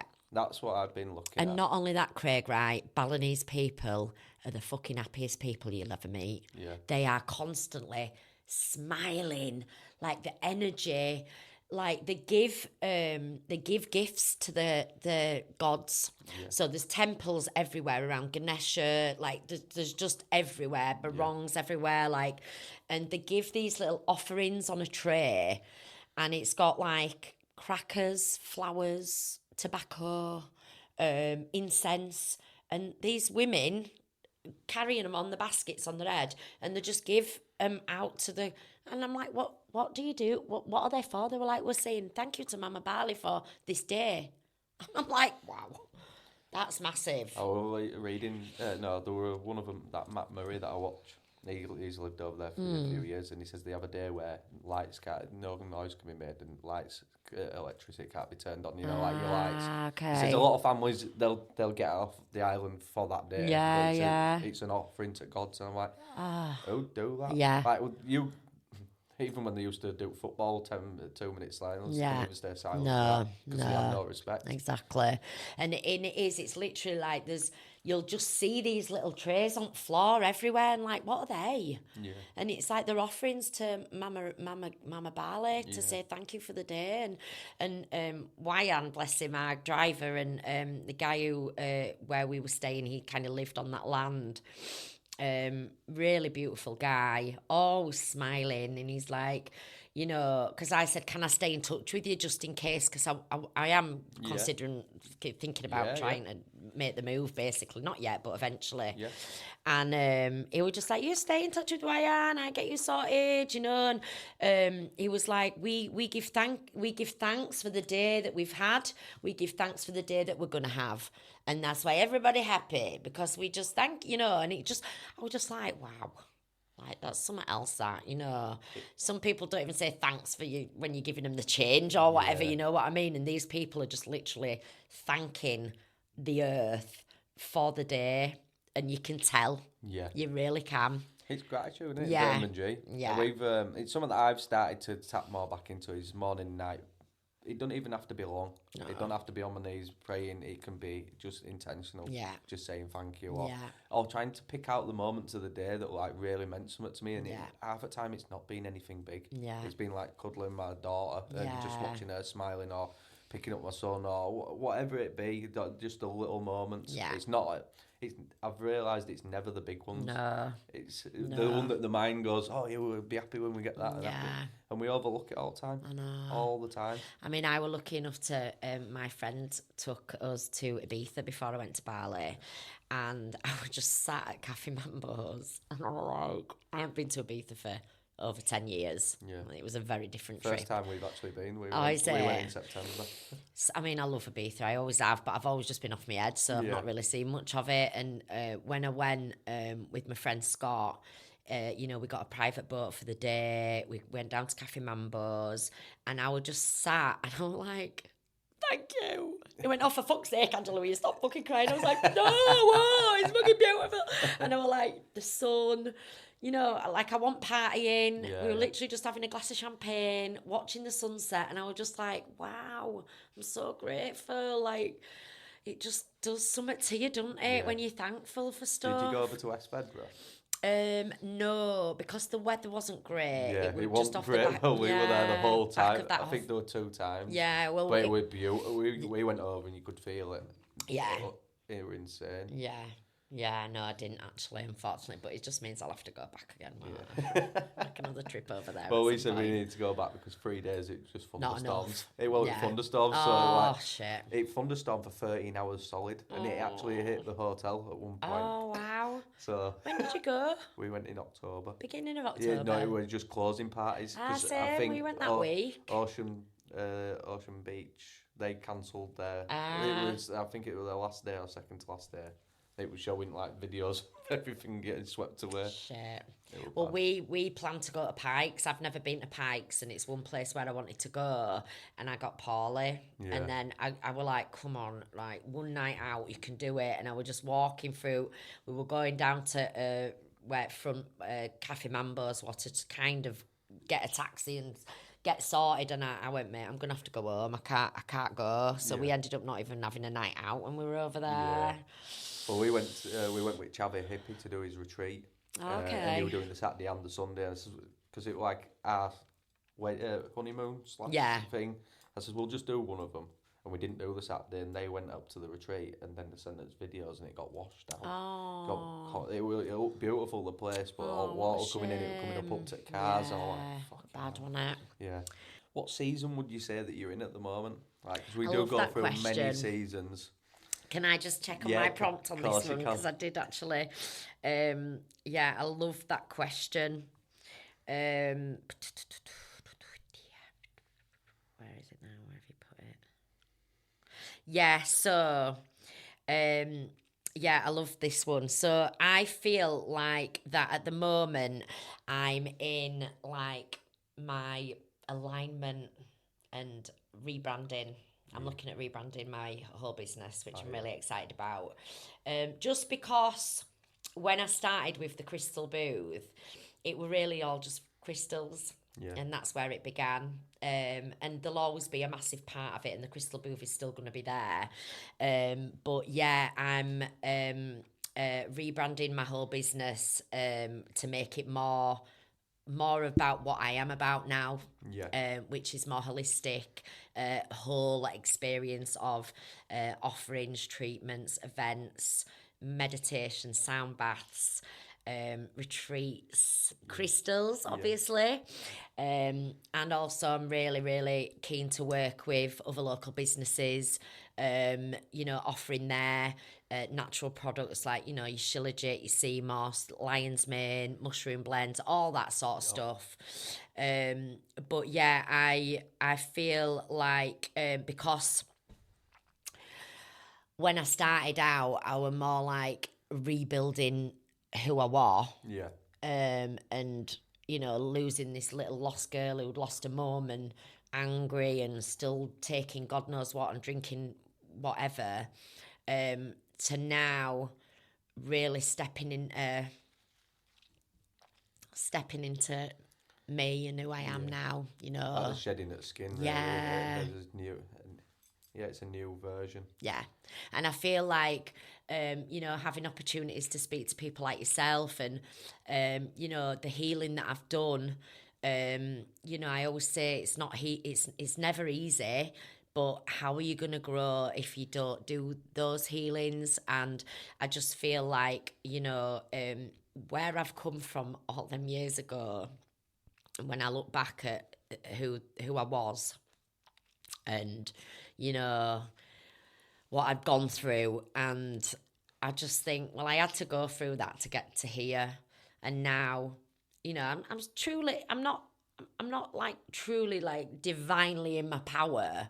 I'm getting there. It's like we're like onions, aren't we? When we start on this healing journey, we've just layer after layer, and the deeper we go, the harder it is, or whatever. So I feel like my life, as it stands this season, it's like about becoming more aligned, more confident, stepping more into my power, and trusting, these gifts and these powers, let's say, because I do feel really powerful some days I don't. But I feel like I've got to share them, and I'm excited. I want to introduce School of Booth, and I want to teach people my what I know, and I'm so fucking excited about life and what it can be now. That I just know that everything that's been me was me and still is me, but it's just making me step into this newer, better version of me. That's brilliant, is that? It's sharing the gift that you've been gifted, isn't it? Yeah. And it isn't easy, but I always say it's much easier being stagnant. Yeah. Because you can notice what stagnation looks like. It becomes this mundane thing of just people living. And I did it. You live the same life, same week, and it's just. Yeah. I'd rather go through the pain. Yeah. And it isn't hard, but after it, there's beauty in it. Yeah. Yeah. It really is. So I do feel like, like trusting, like, about speaking about what I want to speak about, and not being like, oh shit, I better not say that because everybody's going to think I'm a crackpot, or I don't care what people think of me. That's up to them. I know that I'm not going to be liked by everybody, and that's okay. I've just got to be true to myself And, you know, if I want to talk about my light language and aliens and conspiracy theories and the way that the world is, then I'll find those people that will join me on those conversations. And if they don't, then that's okay as well. Yeah. What's most important, though, what I think you're doing, and that is something that I've been off-putting, because I had a guest on the other day and he was saying, it's all good as like talking up here all the time. It's like mental masturbation. There's nothing really getting done with it, but what you're saying, like you've already put outlets out there and you're wanting to rebrand and you're putting your time and efforts into helping people rather than I've done it for so long of just talking about certain stuff and not putting any action behind it. And I think sort of a lot of people get stuck in there for a while. And it's the conspiracies and looking onto all that. Once we've got our energy fixated on it and it can play with us emotions, it's got us in these pendulums. So it's stopping us from creating what we need to bring through. Exactly. And I had my friend, he's just started, I met him on Party Scene, but he's just started coming to my sound baths. I've been on about him for ages. And he came and he was just like, what the fuck, that was amazing. I'm like, I've told you. You know, I told you. So he's rung me and he was like, you doing one of them sound baths again? I went, yeah, I am. I'm doing one tonight. Anyway, when he always rings me and I'm always busy and I'm always like with a client or at work or whatever, he's like, you're always at fucking work, you. I went, because I fucking love it. Yeah. I says, why would I not? Like, this is not, yeah, it's hard work and yeah, you know, it's not, I ain't got millions in bank, but this work for me, yeah, it's like, it makes me so happy. And even today, I've just had a client just before, and I don't get a certificate for remembering or visions that I'm picking up, or, you know, it's like I got my Reiki certificate or massage certificate. Now I'm channeling and I'm doing this intuitive healing that's coming from past lives or ancestral or whatever. I can't get a certificate for that, and I'm always like, oh, but I need a certificate, like somebody's going to need me, you know. How do you get a certificate for just remembering what you might have been once in a past life? Yeah. Do you know what I mean? And I was doing this healing with this woman just before, and I thought, this is nuts. Like, I'm just writing stuff down. I was getting visions, you know, picking just random numbers, like songs were coming to my head, and I just wrote them all down. And I say this to my clients. I say, I don't, you know, sometimes they come through, sometimes they don't. I'll just make a note of everything. And everything that I wrote down, she went, say that. I saw that as a kid. It was a spaceship. And I was like, I knew it. Like, you're galactic, aren't you? And then I said something else and something else and something else. And then I couldn't get this song out of my head. And she went, well, that's because I don't know what I'm doing. What is it? And I still haven't found what I'm looking. I will just over and over and over. Like, why am I singing that? Who is that? Is that a spirit? What are you trying to tell me? Oh, that looks cool. Sorry, I just noticed that then. It looks like selenite, doesn't it? Yeah. Oh, I love that. Sorry. No, you're cool. Well, sidetrack then. Distraction. So, yeah, and then I've wrote this all down. And I just have to trust. And this is a hard thing for me because as a human, I want to know what I'm doing. I want to know what I'm saying. What is my light language saying? What I'm doing? What am I doing when I'm channeling this woman that's coming through me? And it's just like, just trust. Like, it is you, and you've just got to do what you've got to do. And I don't even know what I'm telling you at point. I got a little bit sidetracked there, didn't I? Sorry. You're fine. Yeah. Anyway, yeah. Oh, I'm loving my job. Being there all the time. Like I say, I've got a sound bath tonight, which I've started doing every Friday night now because, well, why not? What time is it? 7 o'clock. Okay. I'm a bit tight for time. Oh. I'd love to come as well. Yeah. I've started that Dads and Lads. Oh, like doing okay. the workouts. Just, again, trying to realise that I don't need to be all up here. Yeah. I need to start, the dreams that I want, I've got to back engineer it and I've got to start putting the little work in. Yeah. And it's the little ones that's going to build you up as a character. Yeah. Well, I'd love to have you come and have a sound bath one day. I've got some really great new events, new people that I'm working with that have come into my life, which are just so beautiful, really aligned. outgrowing other relationships and then moving into other friendships and thinking, oh God, it's end of world, and then actually realising, that's quite a bit of a relief, and maybe that wasn't meant to grow like it was, or it might have been holding you back or whatever, and then realising that there's more people coming into your life that you're even more aligned with and that you're bouncing off, and it's just beautiful. We've got so many exciting things that I want to put out and do, and I've just started doing mother and baby sound baths as well, which are beautiful. Do them on Tuesdays and Wednesdays.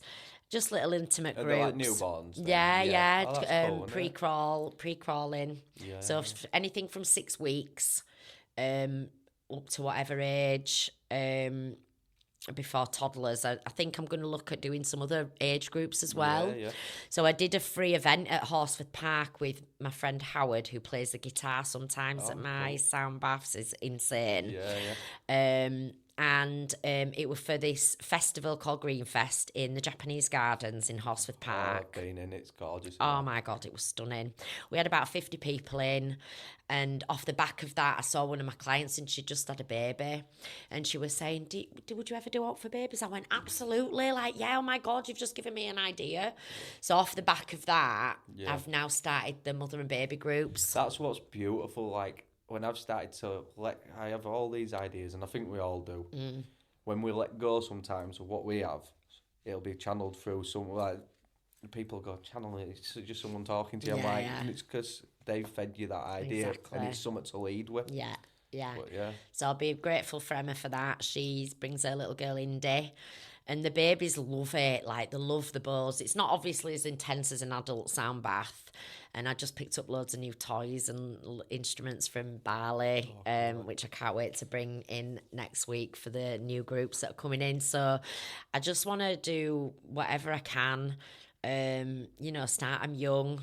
I'd love to do, after school meditations and things like that. But these are all just in the pipeline at the minute, getting ready to grow my business next year. Exciting times. It is. Exciting. It is. What have we got? And I'm curious to know what excites you the most about the times that we're living in now.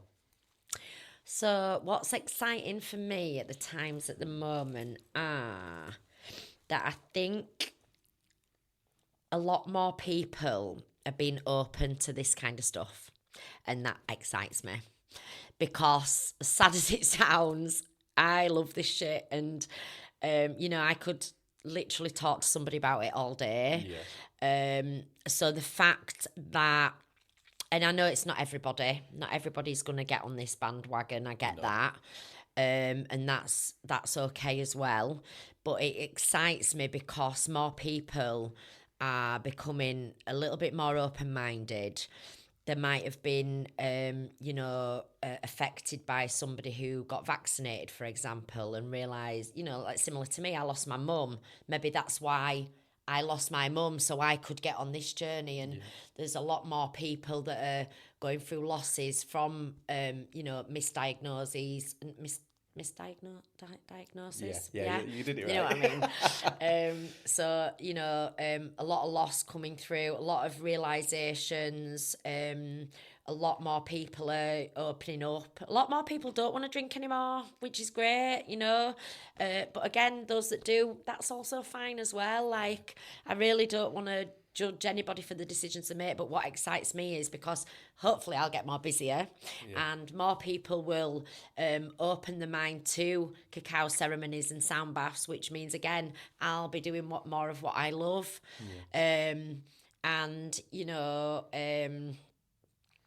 Just possibilities of big change. I'm really excited when the aliens are going to come in and save us. This is very exciting. What is your take on the aliens coming back?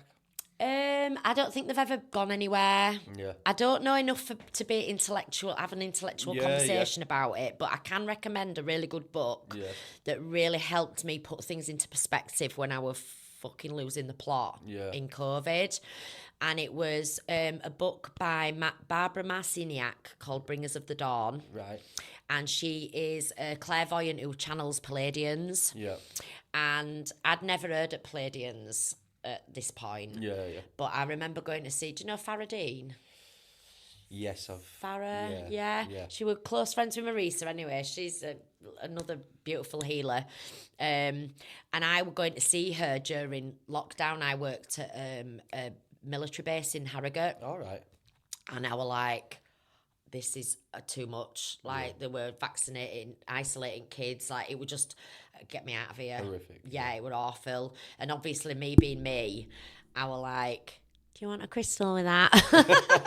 Like, trying to tell them about, taking me angel cards in and giving them out crystals. And do you know if you stop eating dairy, you won't have asthma anymore? And I bet they thought, who the fuck is this woman? They just thought I was a witch. But yeah, it got really on top of me when I worked there, and I literally went to see Farah. She was giving me some acupuncture and hypnosis. And I went and I was like, I can't work there anymore. Like, it's literally, my body's just rejecting the place. Like, it's so out of integrity. She went, oh, there's a job going at Crystal Warehouse, And I was like, what? I didn't even know there were crystal. Where is this? It was in Bradford. Yeah. Anyway, so I left that job. And that was the end of that. So COVID did that for me. Yeah. Because when all that shit happened. Ask and you shall receive. Yeah, absolutely. And I was just like, I didn't know why I knew, but I knew it wasn't what they were saying it was, and I didn't know why. And anyway, when I got this job at the crystal shop, this lady came in, and God love her, she was a retired physiotherapist, but also an energy healer and a psychic as well. Wow. And she went, you don't believe all this rubbish, do you? And I was like, do I heck? She went, you need to read this book. Anyway, she told me about this book because I said, what Palladians and when they're going to come and save us? And, I would just had so many questions, but I would also going down rabbit hole and, just doing my own heading with it. So I read this book, and it's basically a book that's written in the 80s by this woman who channels Palladians. And Palladians are one of the higher dimensional beings that are actually here to help us on Earth. And they they work with healers like me. Yeah. So I channel the Palladians. So this is why I need to rebrand, because I'm not Reiki healer anymore. Yeah. I'm more multidimensional, shamanic. It's just very different. Yeah. And obviously, I will never forget my roots, because Reiki are my roots, and it's got what got me where I am. But I also believe that there's much more to what I knew then. Yeah. So now when the Palladians, if anybody wants to look them up, they are higher dimensional beings that are quite human-like in an alien form, let's say. I don't like calling them aliens anymore. Quite white-haired, aren't they? Yeah, they're white-haired. They're like 6 foot, 7 foot tall, like real telepathic. They don't eat. They're really, they're all about working with healers that want to raise the vibration of humanity. And that is by opening people's hearts. So helping people heal the hearts, broken hearts, loss, grief, abandonment. And that is it's one of the beings that I channel now. Yeah. I've also been told that I am an Arcturian surgeon. So Arcturians are blue beings. Yeah. Again, I know this is probably going to go, what the hell is she on about here? No. But I'm a true believer of this now. So Arcturians are really high tech. Yeah. And when I was doing my friend's healing once, she sat up and she was like, you were just a blue being then, and you were doing surgery on me. And as I was doing because like I say, my Reiki is not like Reiki. It's not like anything you've probably ever had before. Yeah. I'd love you to come for a treatment, actually. I'm gonna have to come over. Yeah, it'd be definitely nice for you to experience it. And when I was doing it, so I was like, it's like I'm there, but I'm not. And I was like doing surgery, like energetic surgery. Yeah. And my friend said that because she's very visual. I'm not visual as such. I'm more of a feeler and a knower. Yeah. She were basically saying that I was doing surgery, and I was upgrading the chakras and removing implants that had been put there. Yeah. I mean, it goes on. It can go pretty wild. But I'm a true believer in all this now, and I believe that the Palladians are actually they're watching the galaxy. They don't want us to be under this new world order. Mm-hmm. This book tells and explains. Sorry, I got diverted No, again no, then. cool. So this book is basically the Palladians telling us that there is going to be some massive worldwide situation where they're going to try and gain control, where the dark forces, it talks about reptilians, it talks about dark and light, it talks about how Earth got invaded by Anunnaki. Yeah. Like, it goes way back. There's so much, Craig, I can't even get my head around it. Yeah. I just know that everything that I have ever been taught in school, in life, is a lie. Yeah, oh yeah, 100%. Do you know what I mean? Like, I was listening to Book of Jonah, and I've seen a few people talk of it where they say, like, the aliens are from anywhere else. We are, like, if you think the soul leaves the bodies and it comes back, we are them. Yeah. Like, that's all it is. Our souls are from them places. We are multi-dimensional beings, as are they. And it's kind of say when these things are trying to come back and they're trying to lead us in the right way, it could even be as future selves. Yeah. And I'm like, I mean, It's really hard to get your head round. Who knows? Like, you can only like go by what you're guided by, Yeah. how your intuition, like your saying you feel into stuff. I feel into stuff more than being visual. Like, you hear the tones or like something will put you off from going to a certain place. Yeah. You understand that. Yeah. And I think that's why the less consumption of so much food and like being a glutton with it, it is letting you tap into yourself. Absolutely. It's only us who's dumbing it out. Yeah, and it's the food, like the processed food and, the alcohol and drugs and the keeping us in this low frequency vibration, which means that we're unable to tap into these powers that we've got. And like I said, creating blockages in the chakras. Yeah. And like I said to you about, some days I feel really powerful. Like, sometimes I think, what the hell am I doing? Like, and I will literally feel like a superhero. And I think everybody's got this ability. It's not just me. I'm not special. Well, it's Jesus. Jesus said the same when all the disciples or any of his followers were saying, oh, look, you've got all these. And he's like, all you lot, when you tap into yours, you'll be as powerful, if not more powerful than what I am. Yeah.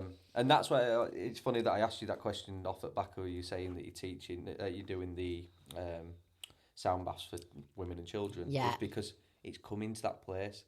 If we feel as powerful or as intuitive what we are now, and we're only firing at like 50%. Yeah. The children that are coming through now, they're going to be hitting the full thing. Yeah. And it's opening them doors to it, and the possibilities are just endless. Because you get them before they're programmed. Exactly. They'll have none of these limiting beliefs at all. They'll just be flying. Exactly. So it's going to be, I find it an exciting ride. Yeah, and it doesn't scare me. Like, I know there's probably fear from people because we've seen it in movies, alien invasion and all this sort of stuff, but they are not our enemies. They are here to help us and serve us, and it's their galaxy too, and it's they see Earth as a school for us, our souls, to learn and to heal from traumas so that we can live in this higher dimensional frequency, and it's beautiful. And I've only just discovered this like in the last, off the back of a mushroom ceremony actually, and like that when I told my mates, I'm like, when you're on mushrooms, I'm like, no mate, you don't understand, like, you're a war, but this is what's opening you up to connect so that you can connect further, like. Yeah. Well, when Star Wars and all that, they're all based upon true movies. Like, what are we to say when it's 1 billion year old? And I was trying to say this to my friend the other day. You look. Went from an Atari to what you got for PlayStation 3 now, and that's only in the space of 40 years. Saying the world's billions of years old. Look at the transformation from how the world's changed over 100 years. Yeah. What do you think it's done over 1 billion? Exactly. Like, we don't know fuck all. We do not know fuck all. So I'm like, this is it. So to know, like, just to have a look at the buildings that they built. We can't recreate them yet. Look at Egypt. The pyramids. That blows my mind. I mean, I get a lot of. I think I've been Egyptian priestess or Templar. That's the one that's pulls to. It's always done. Even like when at school, they were teaching you about Tutankhamun. I used to tune out, and I loved Egypt. But when they were talking about stuff like that, I tuned out. And then as I've got older, and seeing Thoth and stuff in visions and like different parts of Egypt. And you're like, yeah, I resonate more with the alchemy and stuff. Yeah. Well, similar to when I went to Bali, right? So I've been trying to question what my healing style is because it's changed so much in the last couple of years. And I've started doing like, so it's like I sort of scoop up the energy, I breathe it in, I clap it out, I'm playing with the energy rather than just stood there and just healing your chakras. So it's very different. Yeah. And weeks before I went to Bali, this healing technique came up on my phone, and it was a Balinese healing technique called Shakti Murti. And I thought, that's what I'm doing. Cool. So maybe I've been, and when I spoke to Marisa, she went, you've lived in Bali in a past life before, you know. So I realised then, I thought, oh, that's what I'm doing. Okay, I can put a name to it now, you know, rather than just going, oh, I don't know what I'm doing. Yeah, yeah. I can actually go, well, it is a Balinese technique. Don't ask me how I know. Yeah. I don't have a certificate Tapped for that. into your DNA. Yeah. This is another one, like, people who limiting beliefs, like, oh, it's all bollocks. I'm like, if they only say you're using 10% of your DNA, what they call junk DNA is we've got 2 strands DNA. We're meant to have 12. Yeah. So what's that other 10 strands? Yeah. That's what they call it, junk DNA. But it's like the way. This is what I find fascinating as a collective consciousness. The only ways that you can tap into them DNA strands is through stress, of good stress, like you're fasting because it turns on the telomeres. Yeah. You've got ice baths and stuff. Okay. Running and exercising because it thinks you're in a survival mode, so it's turning them on so it can access the data for you to get away. Wow. But when we're in fear, it's like it's off, constant fear. It can do. But yeah, it's interesting. Yeah, it's fascinating. But no, I'm gonna.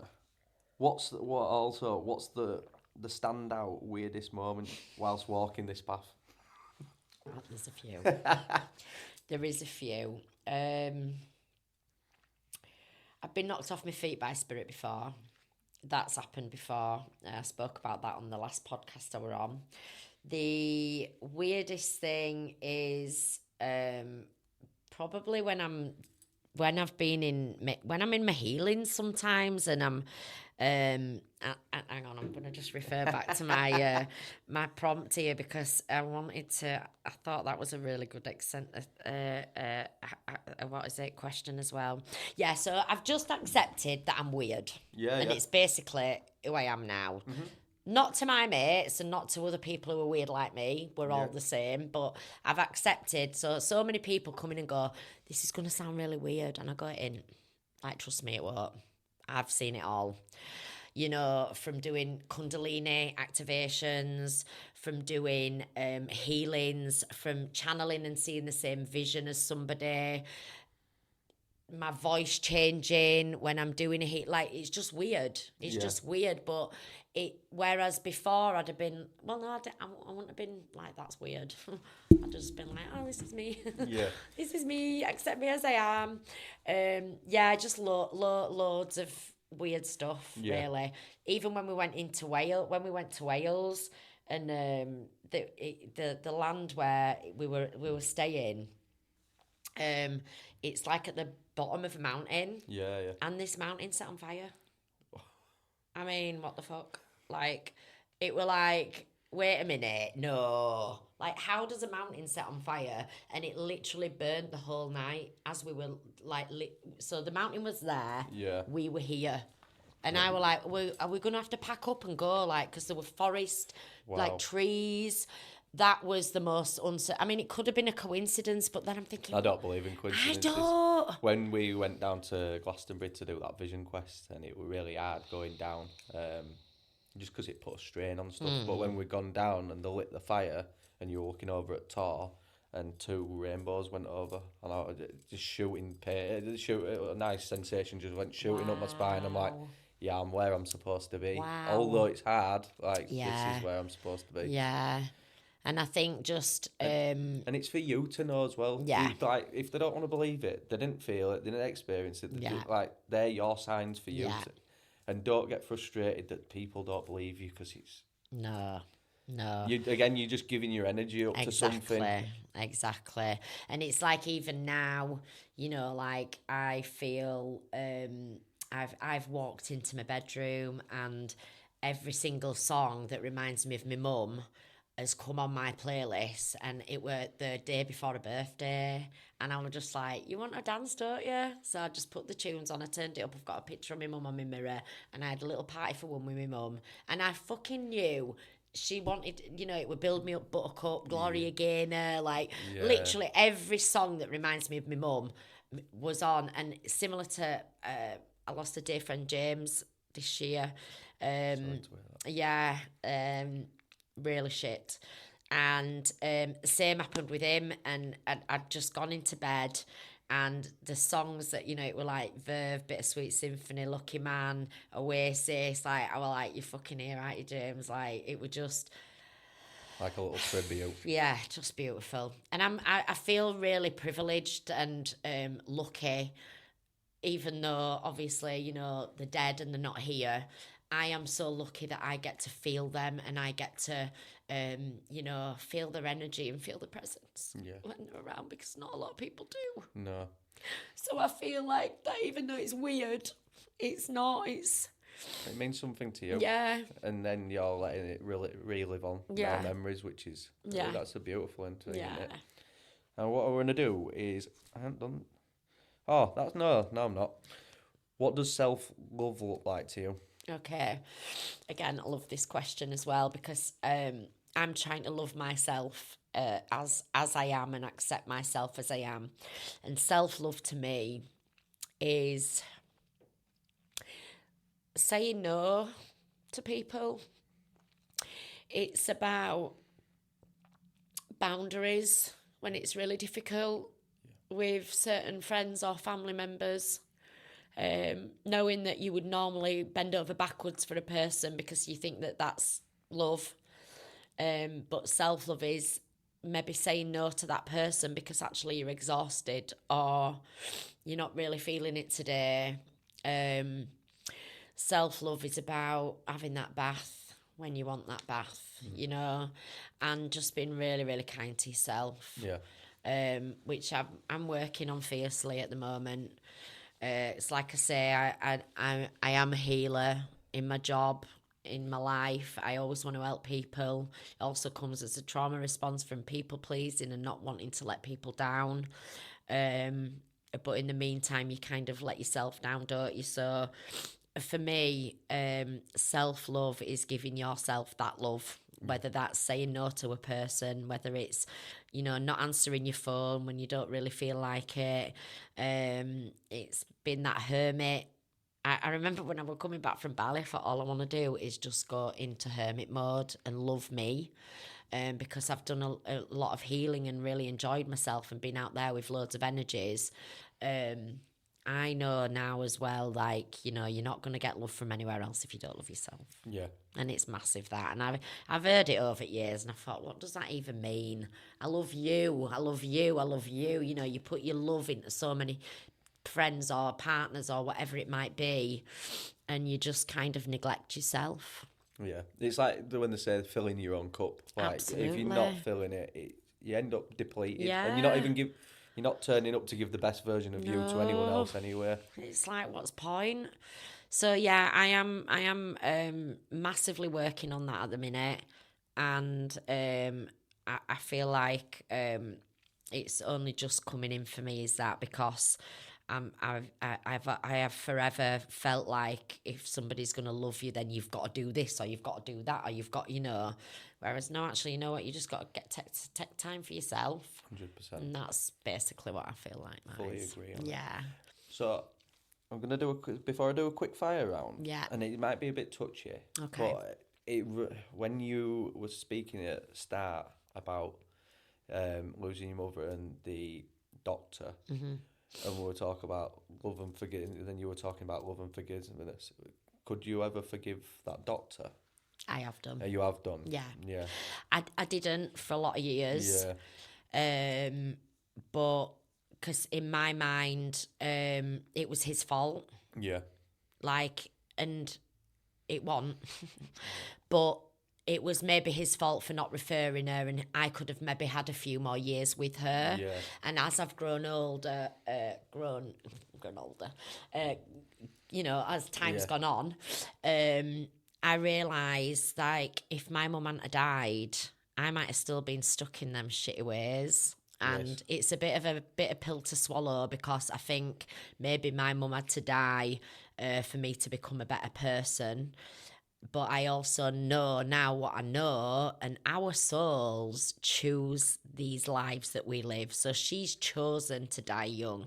Yeah. For whatever reason that might be, that's up to her soul. It wasn't in my plan for her to go early. Yeah. But I understand now. Like, I chose my dad. I chose my mum. I chose my soul. Chose that. And we'll only ever know that when I die and I become a soul again. So, you know, as much as I felt all that anger for that doctor and I blamed him, I now know, I hope that it's not affected anybody else's, you know, mums or health or whatever, which I know there's other people out there that have been let down as well. But again, I feel like that's their story and that's their lessons and, you know, learnings and teachings, which isn't nice. You know, you don't choose to be raped. You don't choose to lose your parent young. You don't choose to be abused as a child, you know, but somewhere down the line, your soul did. Yeah. And it's really hard to get your head around that. Yeah. But I also know that when I had an astrology reading once, she says, have you been abused by a male family member? And I was like, how do you know that? It's written. It's fucking written in your stars. Yeah. So for whatever that happened to me, and it made me a promiscuous, drug-taking young teenager, think that I were only good for one thing and I've got no self-worth, I know that it's happened to me so I can be this person that I am today. Yeah. And nobody asks for that. No. Nobody asks for that.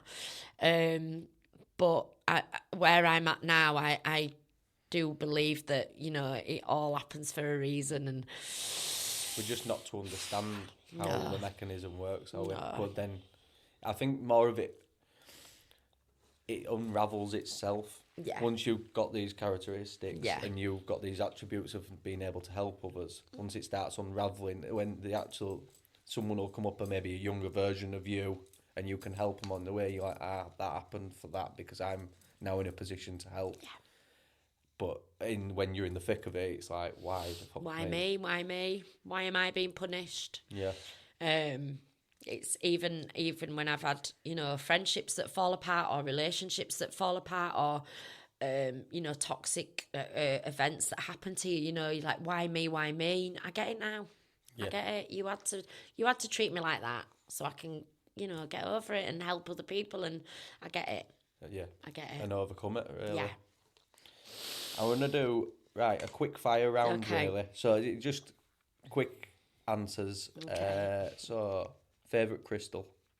Favourite crystal's got to be black tourmaline. Favourite location? Bali. Favourite hobby? My work. How sad is that? Music, I like music and dancing. So I'll say that's the same thing. I wouldn't say fun, and then you've just went on with that. Summer or winter? Summer. Evening or morning? Or did I say it right? Morning or evening? Yeah. I like all day. Do you? Yeah. I didn't think I was a morning person, but I actually like getting up and starting my day. So, but I also like chilling. That's a hard one, actually. I used to be opposite, and now mine's morning, not evening. Maybe when we get older, that we like the mornings better because love sunrise. And I think you get more time to yourself. Yes. Like it's quiet. Morning. I've swayed you. Sorry. Yeah. Morning. Favourite scent? Smell. Yeah. Men's aftershave. Yeah. Sauvage, actually. I love Sauvage. that one. Yeah. Favourite drink? What do I like? I like chai tea. I'm on chai tea. Yes. I like chai lattes. Chai as well. lattes, Boy. yeah. I gave one to my friend the other day and they were like, they're amazing. I know. That's a good But I tried to keep them as a treat and not drink them all the time. Same, yeah. Otherwise you burn it out. Favourite food? Ooh, Indonesian, actually. I would say I'm turning into like fresh curries and now. Favourite game? Favourite game? I don't like board games. You don't like a bit of Ludo? No, Monopoly. Oh God, kill me now. No, I don't play Monopoly. Favourite game? Oh, charades. Charades. Yeah. Favourite medicine? Plants. Favourite memory? Oh. It's probably going to be my memories in Bali, to be fair, at the moment. They're really strongly so in my fresh. mind and fresh, and it was just stunning. Yeah, absolutely magical, yeah. Favourite colour? I was going to say black, but I actually like turquoise. I had that in mind. You were going to Did say you? that then, Yeah. Favourite animal? Dogs. Dogs. Even though I've got cats, and I do love my cats, your dog looks like my Rosie. I can't believe how much she looks like Rosie. Yeah, probably dogs. Oh, brilliant. Yeah. Is there anything else that you'd like to add to the listeners? I'd just like to mention this very special project. Yeah. Like, I don't want to say too much because it's really just in the planning stages at the moment. Yeah. But it's been born in Bali, and off the back of pretty much everything we've spoke about today, I want to create a space for people who have been through drink and drug problems and trauma and grief, and give them somewhere to experience holistic and alternative therapies. Yeah. Now, I am looking to apply for funding for this because it's a big project that I want to do, and it's something that I'm really, really fucking passionate about. And yeah, I'm really excited about it. I've already sorted my logo, I've sorted my name, I've sorted what I want it to base it around. I want it to be fully funded services for people that have got... Sounds amazing. You know, you should get in touch with. I had Dean and... what is it doing me now? Dean and... I can't remember. Dean and Jamie, who I had on recovery runners. Oh, okay. They'd be really good to get in contact with. Amazing. In fact, they've just been... I think they were just on news over there as well. They've been in and around places, but they're tapped into that really? market already. Well, yeah. Like helping them people and giving them other avenues, because I guess that's where you're going with it. Yeah. People who are giving up stuff, they're trying to fill that void and be with like-minded people. And the thing is, you know, I've been affected by it personally. I've lost friends who were convinced they didn't have a drink problem. God rest his soul. My dad, for one. My ex-boyfriend, who I've been trying to help, he's in the throes of his addiction at the moment. And also giving back to the people who were going through it with him, like the family members, the kids, the friends, you know. It's a ripple effect, isn't it? Yeah. So it came to me in a vision in Bali, and I've got two amazing girls that I'm wanting to get involved with as well, who have both got, one friend who lost a son to drugs, another friend who is in recovery herself. I actually want to start going to AA meetings. When I told my dad that, he went, "You're not an alcoholic." I went, "No, I'm not an alcoholic, Dad." I says, "But I've got an issue with drink." Yeah. And I want to be, I want to... Yeah, that's what I want to do. I'll tell you what, you can run 5K next time. I haven't actually been down to theirs. I want to go to Recovery Runners. Okay. I think they do a Sunday which it'll be perfect timing. Yeah. Over next month, because Archie's not going to be playing football on a Sunday Okay. morning. I'll go with you. Would you? Yeah. Oh, that'd be And I'll introduce amazing. you. Because I've been saying that I need to go down. Oh, So do you know? I'll take you down and meet them. I'd love that, Craig. Honestly, it like my business, the Crystal Booth. I'm very passionate because obviously it was born from pain and misery and hurt and anger, to give people who were on their spiritual journey somewhere to go and some guidance. This for me now is something that I am so fucking passionate about, and I've been in the throes of it. I want to be able to offer a free service because obviously we can't all pay for healing. No. I get that. And I want to give something back.